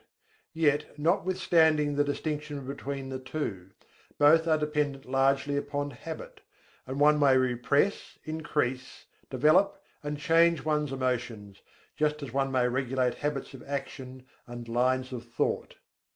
It is an axiom of psychology that emotions deepen by repetition. If a person allows a state of feeling to thoroughly take possession of him, he will find it easier to yield to the same emotion the second time, and so on, until the particular emotion or feeling becomes second nature to him. If an undesirable emotion shows itself inclined to take up a permanent abode with you, you had better start to work to get rid of it, or at least to master it. And the best time to do this is at the start, for each repetition renders the habit more firmly entrenched, and the task of dislodging it more difficult. Were you ever jealous? If so, you will remember how insidious was its first approach, how subtly it whispered hateful suggestions into your willing ear, and how gradually it followed up such suggestions until finally you began to see green. Jealousy has an effect upon the bile, and causes it to poison the blood. That is why the idea of green is always associated with it. Then you will remember how the thing seemed to grow, taking possession of you until you scarcely could shake it off. You found it much easier to become jealous the next time. It seemed to bring before you all sorts of objects apparently justifying your suspicions and feeling. Everything began to look green. The green-eyed monster waxed fat. And so it is with every feeling or emotion. If you give way to a fit of rage, you will find it easier to become angry the next time on less provocation. The habit of feeling and acting mean does not take long to firmly settle itself in its new home if encouraged. Worry is a great habit for growing and waxing fat. People start by worrying about big things, and then begin to worry and fret about some smaller thing, and then the merest trifle worries and distresses them. they imagine that all sorts of evil things are about to befall them. If they start on a journey, they are certain there is going to be a wreck. If a telegram comes, it is sure to contain some dreadful tidings. If a child seems a little quiet, the worrying mother is positive it is going to fall ill and die. If the husband seems thoughtful as he revolves some business plan in his mind, then the good wife is convinced that he is beginning to cease to love her, and indulges in a crying spell. And so it goes, worry, worry, worry, each indulgence making the habit more at home. After a while the continued thought shows itself in action. Not only is the mind poisoned by the blue thoughts, but the forehead shows deep lines between the eyebrows, and the voice takes on that whining, rasping tone so common among worry-burdened people. The condition of mind known as fault-finding is another emotion that grows fat with exercise. First, fault is found with this thing, then with that, and finally with everything. The person becomes a chronic nagger, a burden to friends and relatives, and a thing to be avoided by outsiders. Women make the greatest naggers, not because men are any better, but simply because a man nagger is apt to have the habit knocked out of him by other men who will not stand his nonsense. He finds that he is making things too hot for himself, and he reforms, while a woman has more of a chance to indulge in the habit. But this nagging is all a matter of habit. It grows from small beginnings, and each time it is indulged in, it throws out another root, branch, or tendril, and fastens itself the closer to the one who has given it soil in which to grow. Envy, uncharitableness, gossip, scandal-mongering are all habits of this kind. The seeds are in every human breast, and only need good soil and a little watering to become lusty and strong. Each time you give way to one of these negative emotions, the easier do you make it for a recurrence of the same thing or similar ones. Sometimes by encouraging one unworthy emotion, you find that you have given room for the growth of a whole family of these mental weeds. Now this is not a good old orthodox preachment against the sin of bad thoughts. It is merely a calling of your attention to the law underlying the psychology of emotion. Nothing new about it, old as the hills, so old that many of us have forgotten all about it. If you wish to manifest these constantly disagreeable and unpleasant traits, and to suffer the unhappiness that comes from them, by all means do so. That is your own business and privilege. It's none of mine, and I am not preaching at you. It keeps me busy minding my own business and keeping an eye on my own undesirable habits and actions. I am merely telling you the law regarding the matter, and you may do the rest. If you wish to choke out these habits, there are two ways open to you. First, whenever you find yourself indulging in a negative thought or feeling, take right hold of it and say to it firmly and vigorously, "Get out!" It won't like this at first, and will bridle up, curve its back, and snarl like an offended cat. But never mind, just say "Scat" to it. The next time it will not be so confident and aggressive. It will have manifested a little of the fear habit. Each time you repress and choke out a tendency of this kind, the weaker it will become, and the stronger will your will be. Professor James says, refuse to express a passion and it dies. Count 10 before venting your anger, and this occasion seems ridiculous. Whistling to keep up courage is no mere figure of speech. On the other hand, sit all day in a moping posture, sigh, and reply to everything with a dismal voice, and your melancholy lingers. There is no more valuable precept in moral education than this, as all who have experience know. If we wish to conquer emotional tendencies in ourselves, we must assiduously, and in the first instance cold-bloodedly, go through the outward movements of those contrary dispositions we prefer to cultivate. Smooth the brow, brighten the eye, contract the dorsal rather than the ventral aspect of the frame, and speak in a major key. Pass the genial compliment, and your heart must be frigid indeed if it does not gradually thaw. CHAPTER XII. Developing New Brain Cells. I have spoken of the plan of getting rid of undesirable states of feeling by driving them out.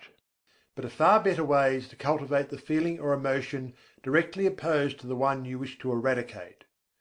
We are very apt to regard ourselves as the creatures of our emotions and feelings, and to fancy that these feelings and emotions are we.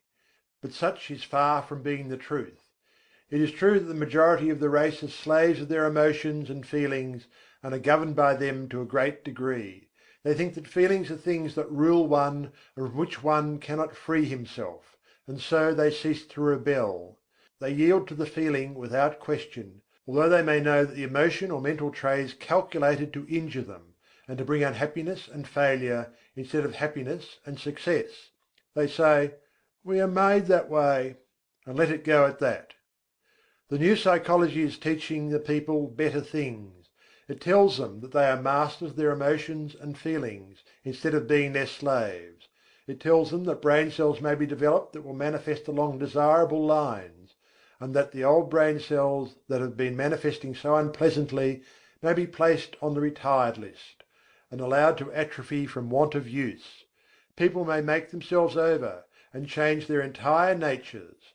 This is not mere idle theory, but is a working fact which has been demonstrated by thousands of people, and which is coming more and more before the attention of the race.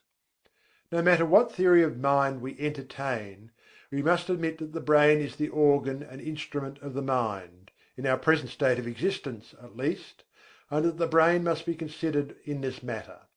The brain is like a wonderful musical instrument having millions of keys, upon which we may play innumerable combinations of sounds. We come into the world with certain tendencies, temperaments, and predispositions. We may account for these tendencies by heredity, or we may account for them upon theories of pre-existence, but the facts remain the same.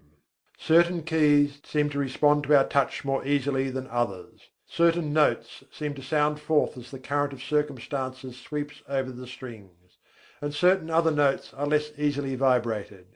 But we find, if we but make the effort of the will to restrain the utterance of some of these easily sounded strings, they will grow more difficult to sound, and less liable to be stirred by the passing breeze.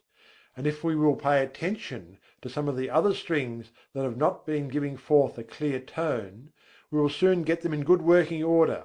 Their notes will chime forth clear and vibrant, and will drown the less pleasant sounds. We have millions of unused brain cells awaiting our cultivation. We are using but a few of them, and some of these we are working to death. We are able to give some of these cells a rest by using other cells. The brain may be trained and cultivated in a manner incredible to one who has not looked into the subject. Mental attitudes may be acquired and cultivated, changed and discarded at will. There is no longer any excuse for people manifesting unpleasant and harmful mental states. We have the remedy in our own hands. We acquire habits of thought, feeling and action by repeated use.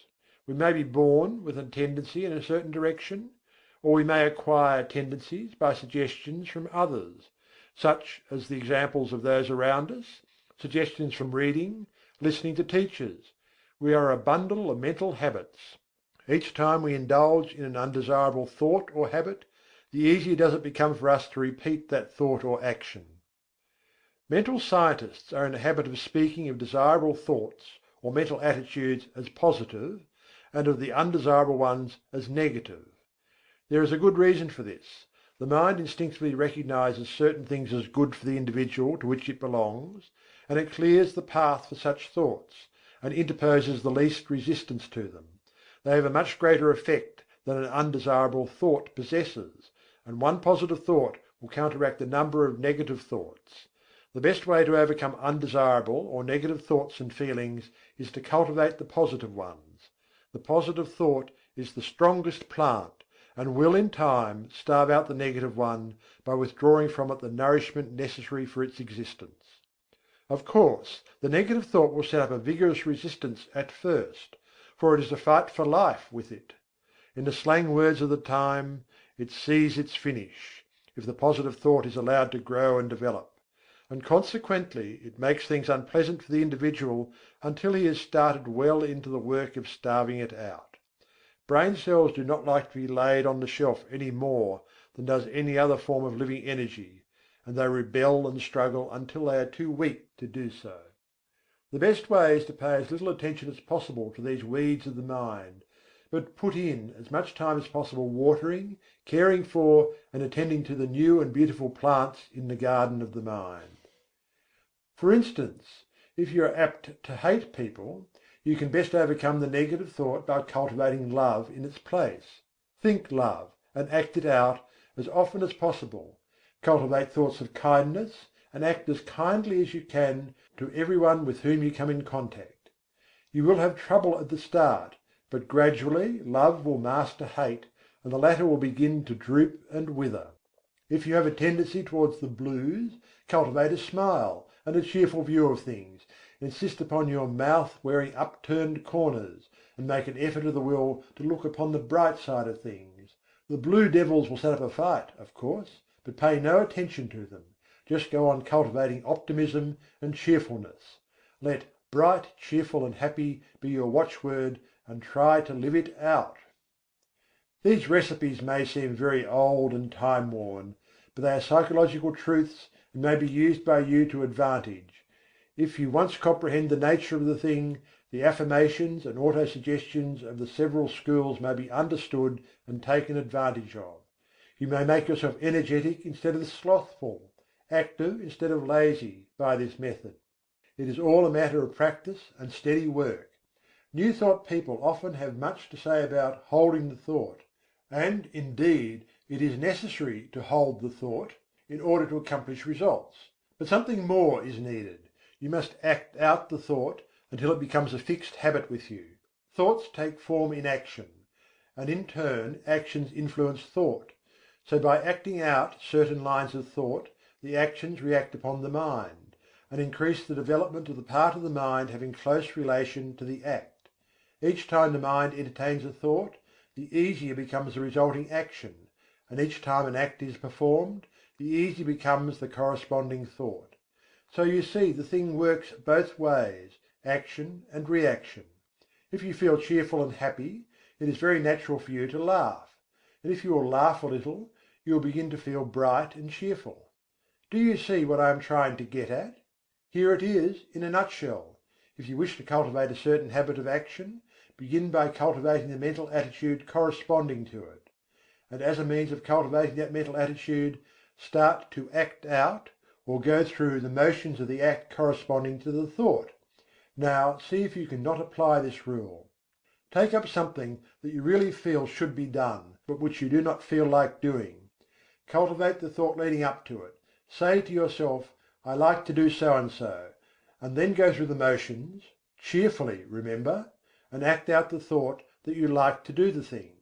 Take an interest in the doing, study out the best way to do it, put brains into it, take a pride in it, and you will find yourself doing the thing with a considerable amount of pleasure and interest. You will have cultivated a new habit. If you prefer trying it on some mental tray of which you wish to be rid, it will work the same way. Start in to cultivate the opposite tray, and think it out, and act it out for all you are worth.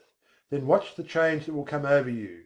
Don't be discouraged at the resistance you will encounter at first, but sing gaily, I can and I will, and get to work in earnest. The important thing in this work is to keep cheerful and interested. If you manage to do this, the rest will be easy. Chapter 13. The Attractive Power, Desire Force. We have discussed the necessity of getting rid of fear, that your desire may have full strength with which to work. Supposing that you have mastered this part of the task, or at least started on the road to mastery, I will now call your attention to another important branch of the subject. I allude to the subject of mental leaks.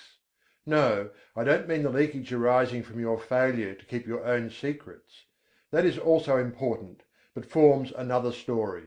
The leakage I am now referring to is in that occasioned by the habit of having attention attracted to and distracted by every passing fancy.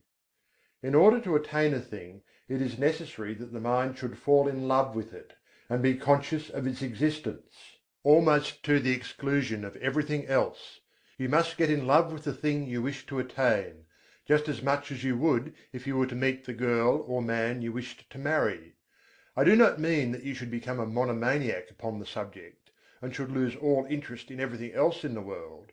That won't do, for the mind must have recreation and change. But I do mean that you must be so set upon the desired thing that all else will seem of secondary importance.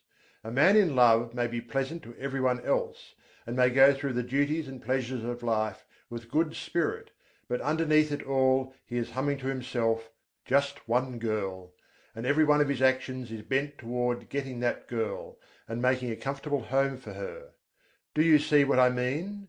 You must get in love with the thing you want, and you must get in love with it in earnest.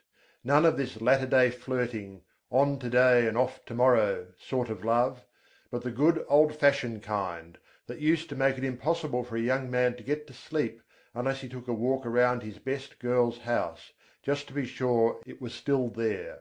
That's the real kind.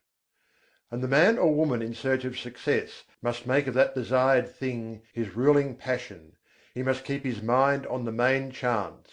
Success is jealous. That's why we speak of her as feminine. She demands a man's whole affection, and if he begins flirting with other fair charmers, she soon turns her back upon him. If a man allows his strong interest in the main chance to be sidetracked, he will be the loser. Mental force operates best when it is concentrated. You must give to the desired thing your best and most earnest thought. Just as the man who is thoroughly in love will think out plans and schemes whereby he may please the fair one, so will the man who is in love with his work or business give it his best thought, and the result will be that 101 plans will come into his field of consciousness, many of which are very important. The mind works on the subconscious plane, remember, and almost always along the lines of the ruling passion or desire. It will fix up things, and patch together plans and schemes, and when you need them the most, it will pop them into your consciousness, and you'll feel like hurrahing, just as if you had received some valuable aid from outside.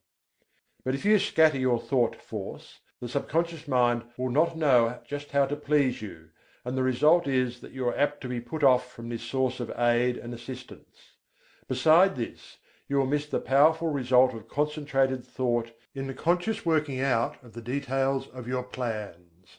And then again, the man whose mind is full of a dozen interests fails to exert the attracting power that is manifested by the man of one ruling passion, and he fails to draw to him persons, things, and results that will aid in the working out of his plans, and will also fail to place himself in the current of attraction whereby he is brought into contact with those who will be glad to help him because of harmonious interests. I have noticed in my own affairs that when I would allow myself to be sidetracked by anything outside of my regular line of work, it would only be a short time before my receipts dropped off and my business showed signs of a lack of vitality. Now many say that this was because I had left undone some things that I would have done if my mind had been centered on the business.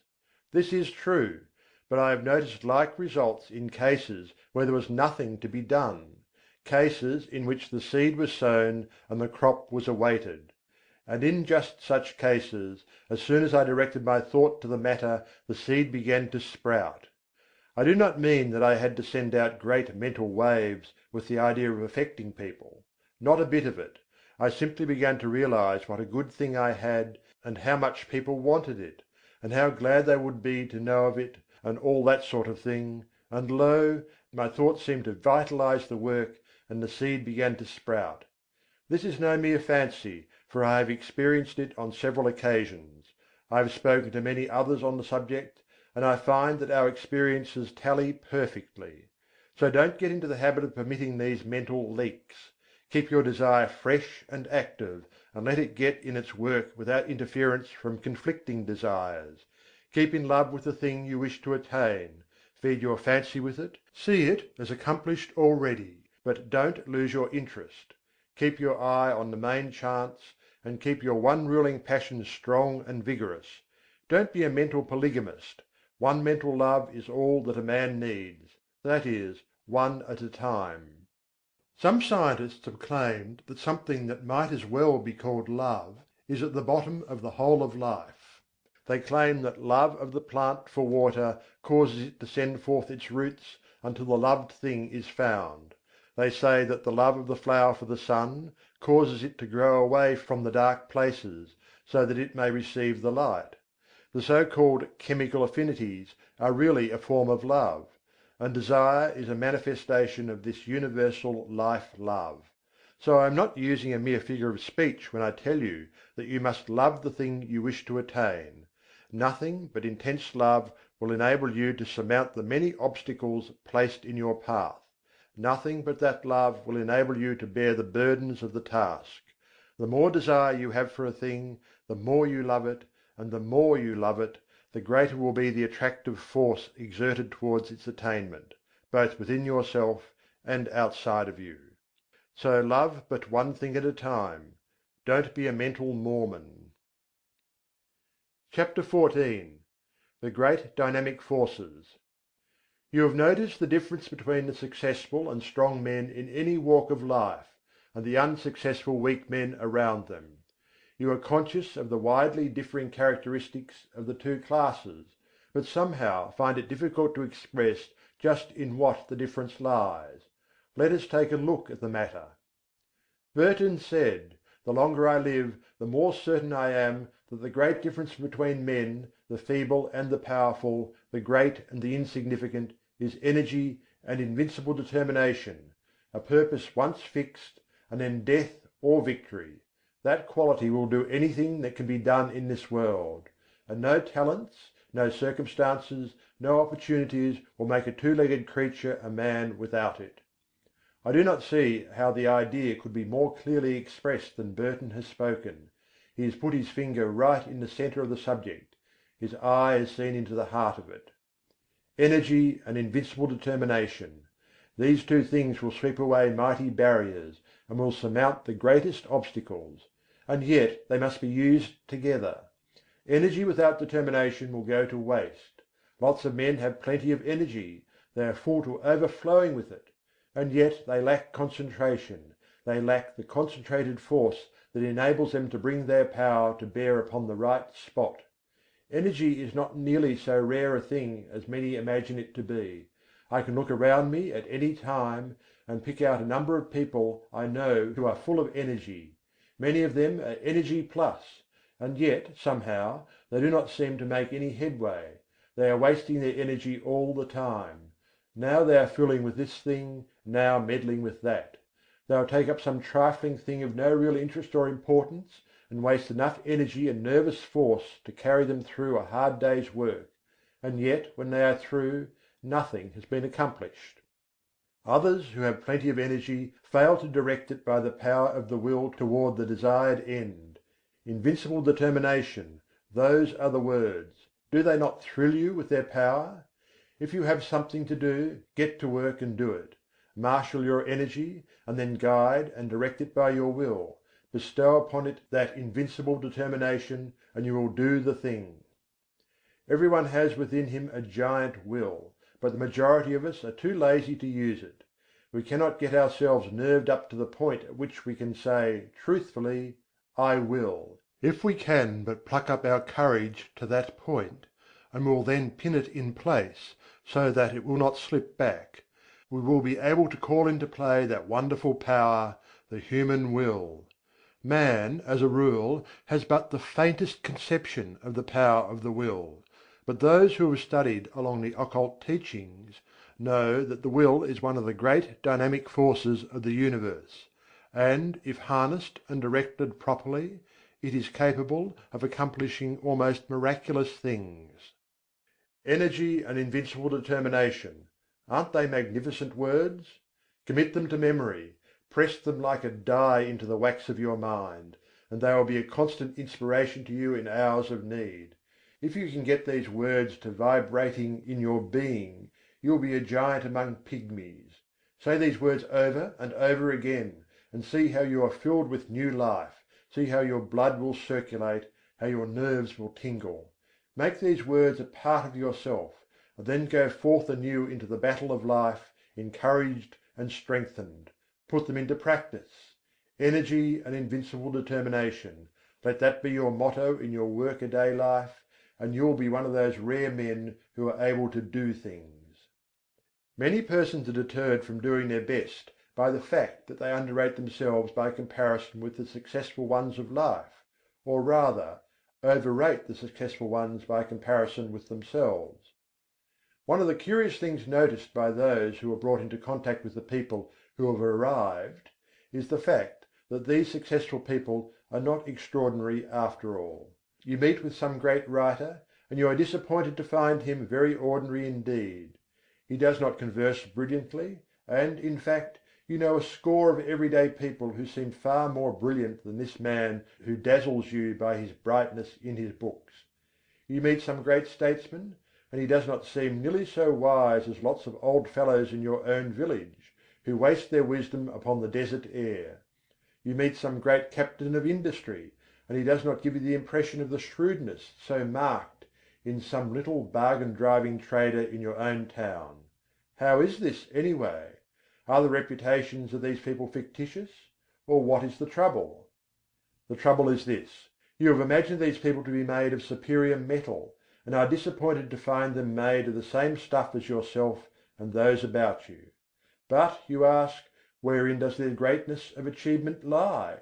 Chiefly in this: belief in themselves and in their inherent power, in their faculty to concentrate on the work in hand, when they are working, and in their ability to prevent leaks of power when they are not working.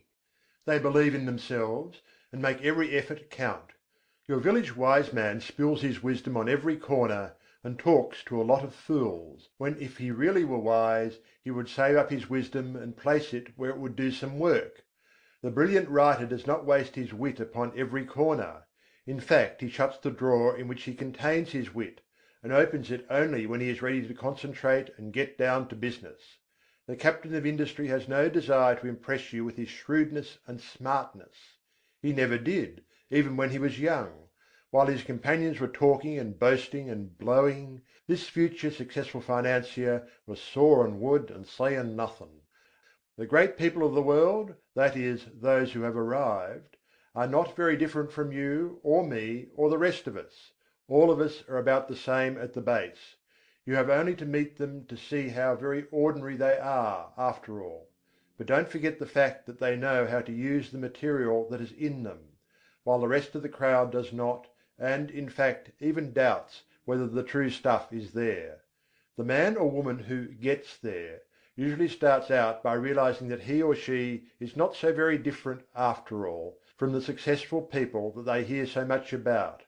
This gives them confidence, and the result is they find out they are able to do things. Then they learn to keep their mouths closed and to avoid wasting and dissipating their energy.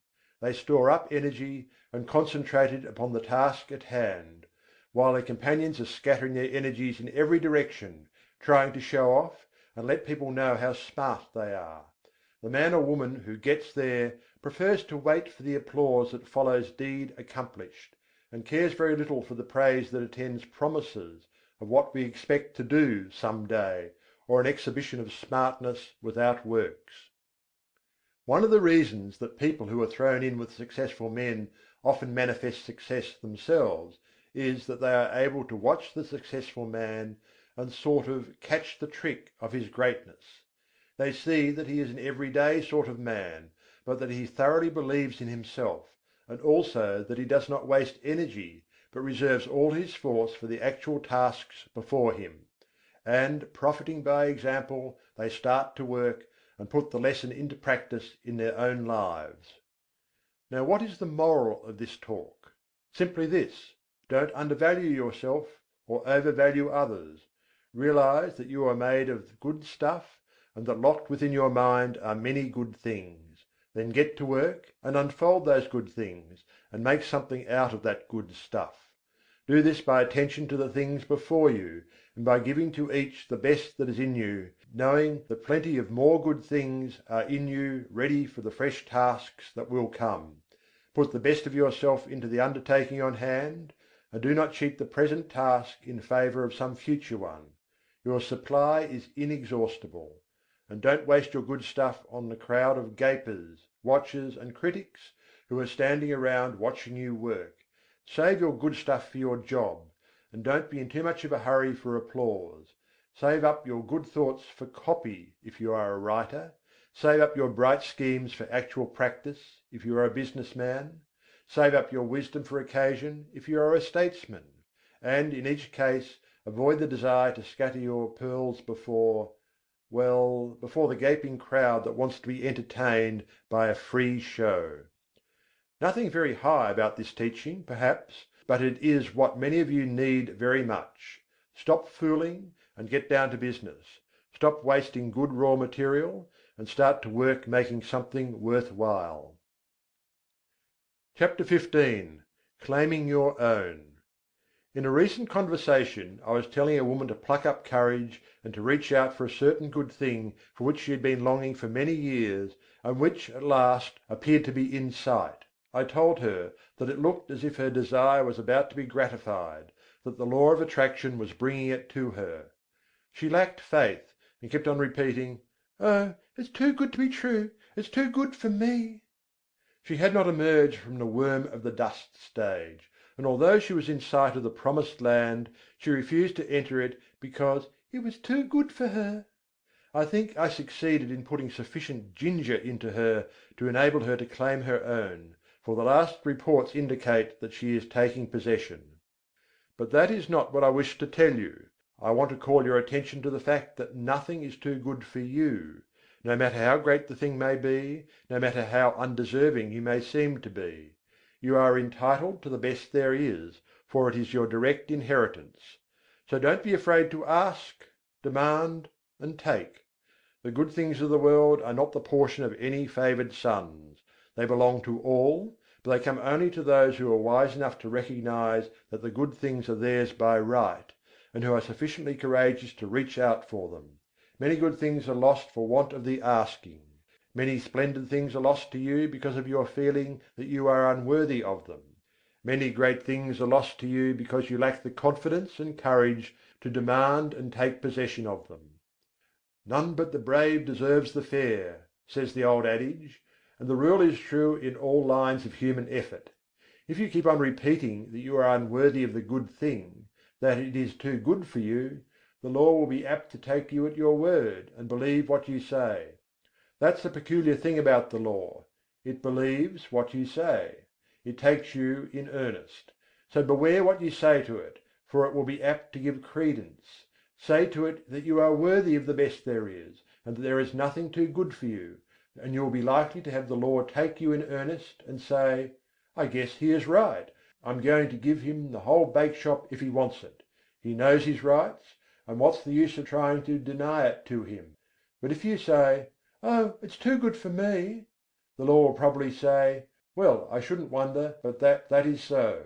Surely he ought to know, and it isn't for me to contradict him." And so it goes.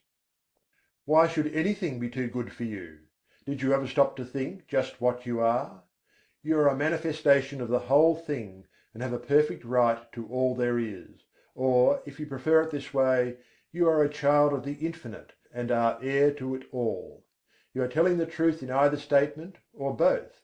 At any rate, no matter what you ask, you are merely demanding your own; and the more in earnest you are about demanding it, the more confident you are of receiving it, the more will you use in reaching out for it, the surer you will be to obtain it.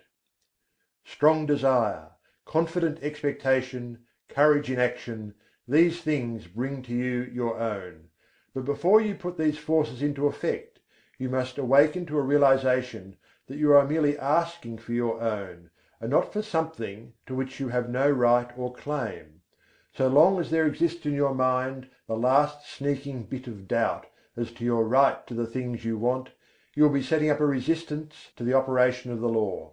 You may demand as vigorously as you please, but if you will lack the courage to act, if you have a lingering doubt of your right to the thing you want, if you persist in regarding the desired thing as if it belonged to another instead of to yourself, you will be placing yourself in the position of the covetous or envious man, or even in the position of the tempted thief.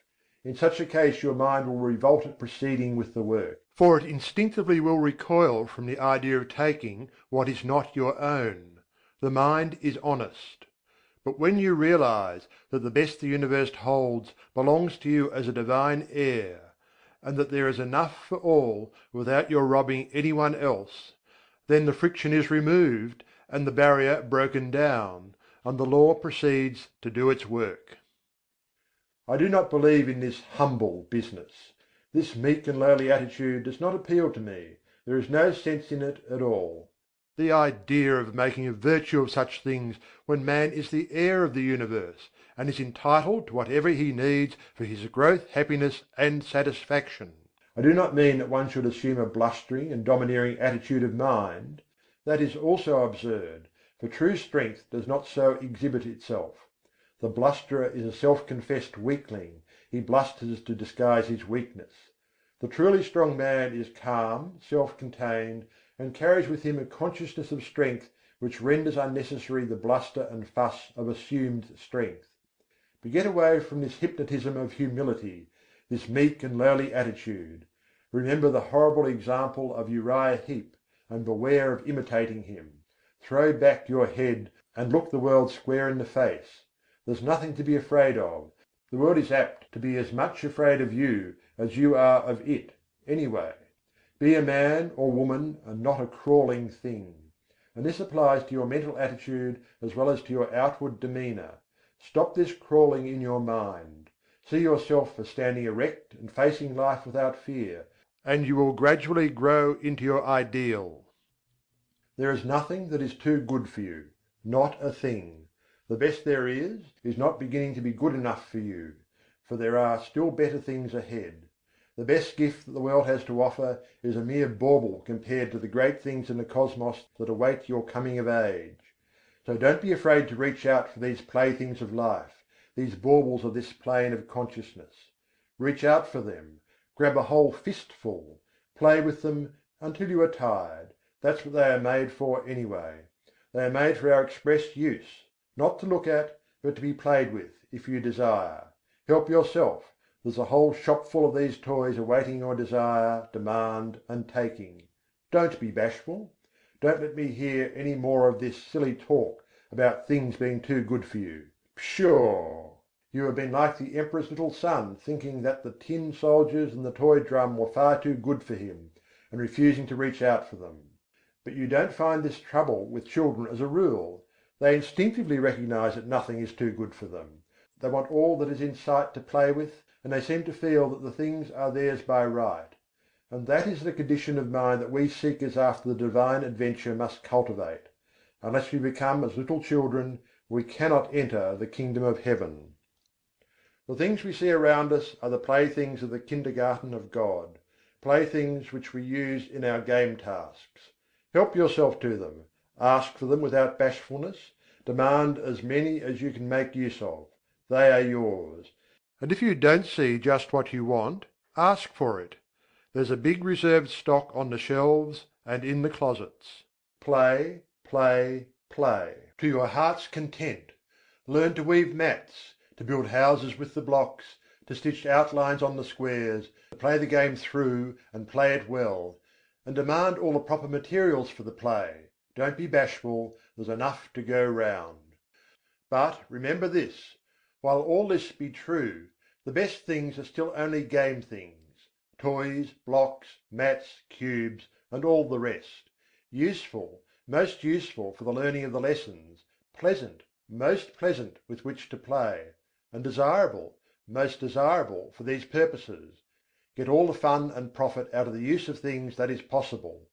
Throw yourself heartily into the game and play it out. It is good. But here's the thing to remember: never lose sight of the fact that these good things are but playthings, part of the game, and you must be perfectly willing to lay them aside when the time comes to pass into the next class, and not cry and mourn because you must leave your playthings behind you. Do not allow yourself to become unduly attached to them. They are for your use and pleasure, but are not a part of you, not essential to your happiness in the next stage. Despise them not because of their lack of reality. They are great things relatively, and you may as well have all the fun out of them that you can. Don't be a spiritual prig, standing aside and refusing to join in the game. But do not tie yourself to them. They are good to use and play with, but not good enough to use you and to make you a plaything. Don't let the toys turn the tables on you. This is the difference between the master of circumstances and the slave of circumstances. The slave thinks that these playthings are real, and that he is not good enough to have them. He gets only a few toys because he is afraid to ask for more, and he misses most of the fun. And then, considering the toys to be real, and not realizing that there are plenty more where these came from, he attaches himself to the little trinkets that have come his way, and allows himself to be made a slave of them. He is afraid that they may be taken away from him, and he is afraid to toddle across the floor and help himself to the others. The master knows that all are his for the asking. He demands that which he needs from day to day, and does not worry about overloading himself, for he knows that there are lots more, and that he cannot be cheated out of them. He plays, and plays well, and has a good time in the play, and he learns his kindergarten lessons in the playing. But he does not become too attached to his toys. He is willing to fling away the worn out toys, and reach out for a new one. And when he is called into the next room for promotion, he drops on the floor the worn out toys of the day, and with glistening eyes and confident attitude of mind marches into the next room, into the great unknown, with a smile on his face. He is not afraid, for he hears the voice of the teacher, and knows that she is there waiting for him, in that next great room. CHAPTER XVI. Law, not chance. Some time ago I was talking to a man about the attractive power of thought. He said that he did not believe that thought could attract anything to him, and that it was all a matter of luck. He had found, he said, that ill luck relentlessly pursued him, and that everything he touched went wrong. It always had, and always would, and he had grown to expect it. When he undertook a new thing, he knew beforehand that it would go wrong, and that no good would come of it. Oh no! There wasn't anything in the theory of attractive thought, so far as he could see; it was all a matter of luck. This man failed to see that by his own confession he was giving a most convincing argument in favour of the law of attraction. He was testifying that he was always expecting things to go wrong, and that they always came about as he expected. He was a magnificent illustration of the law of attraction, but he didn't know it, and no argument seemed to make the matter clear to him. He was up against it, and there was no way out of it. He always expected the ill luck, and every occurrence proved that he was right, and that the mental science position was all nonsense. There are many people who seem to think that the only way in which the law of attraction operates is when one wishes hard, strong, and steady. They do not seem to realize that a strong belief is as efficacious as a strong wish. The successful man believes in himself and his ultimate success, and, paying no attention to little setbacks, stumbles, tumbles, and slips, presses on eagerly to the goal, believing all the time that he will get there. His views and aims may alter as he progresses, and he may change his plans or have them changed for him, but all the time he knows in his heart that he will eventually get there. He is not steadily wishing he may get there, he simply feels and believes it, and thereby sets to operation the strongest forces known in the world of thought. The man who just as steadily believes he is going to fail, will invariably fail. How could he help it? There is no special miracle about it. Everything he does, thinks, and says is tinctured with the thought of failure. Other people catch his spirit, and fail to trust him or his ability, which occurrences he in turn sets down as but other exhibitions of his ill luck, instead of ascribing them to his belief and expectation of failure. He is suggesting failure to himself all the time, and he invariably takes on the effect of the auto-suggestion. Then, again, he by his negative thoughts shuts up that portion of the mind from which should come the ideas and plans conducive to success, and which do come to the man who is expecting success because he believes in it. A state of discouragement is not the one in which bright ideas come to us.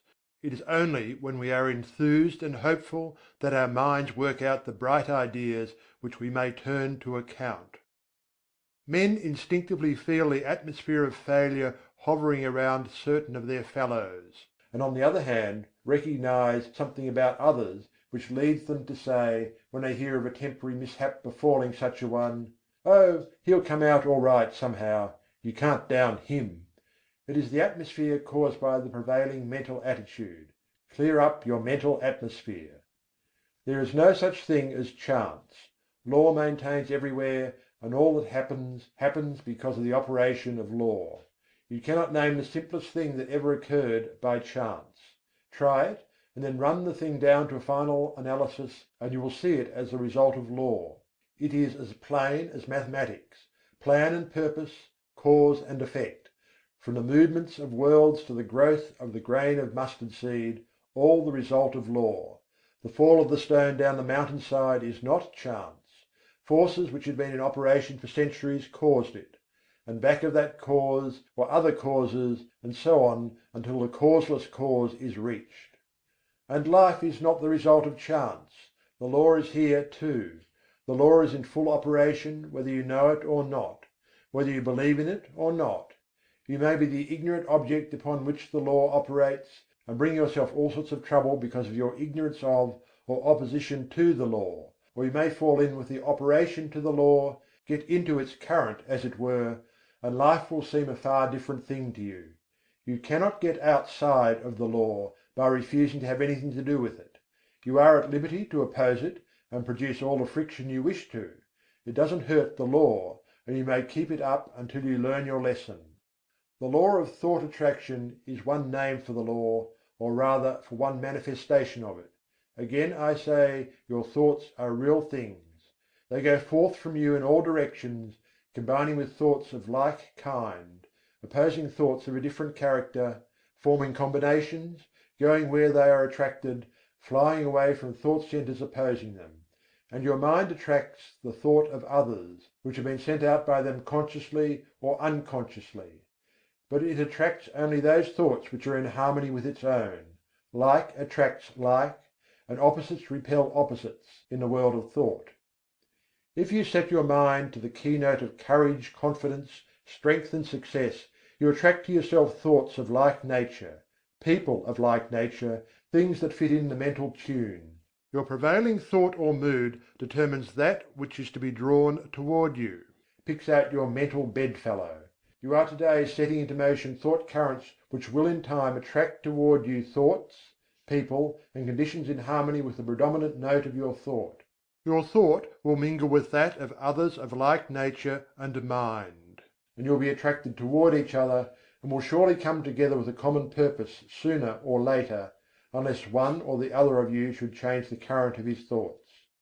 Fall in with the operations of the law, make it a part of yourself, get into its currents, maintain your poise, set your mind to the keynote of courage, confidence and success. Get in touch with all the thoughts of that kind that are emanating every hour from hundreds of minds. Get the best that is to be had in the thought world. The best is there, so be satisfied with nothing less. Get into partnership with good minds. Get into the right vibrations. You must be tired of being tossed about by the operations of the law. Get into harmony with it.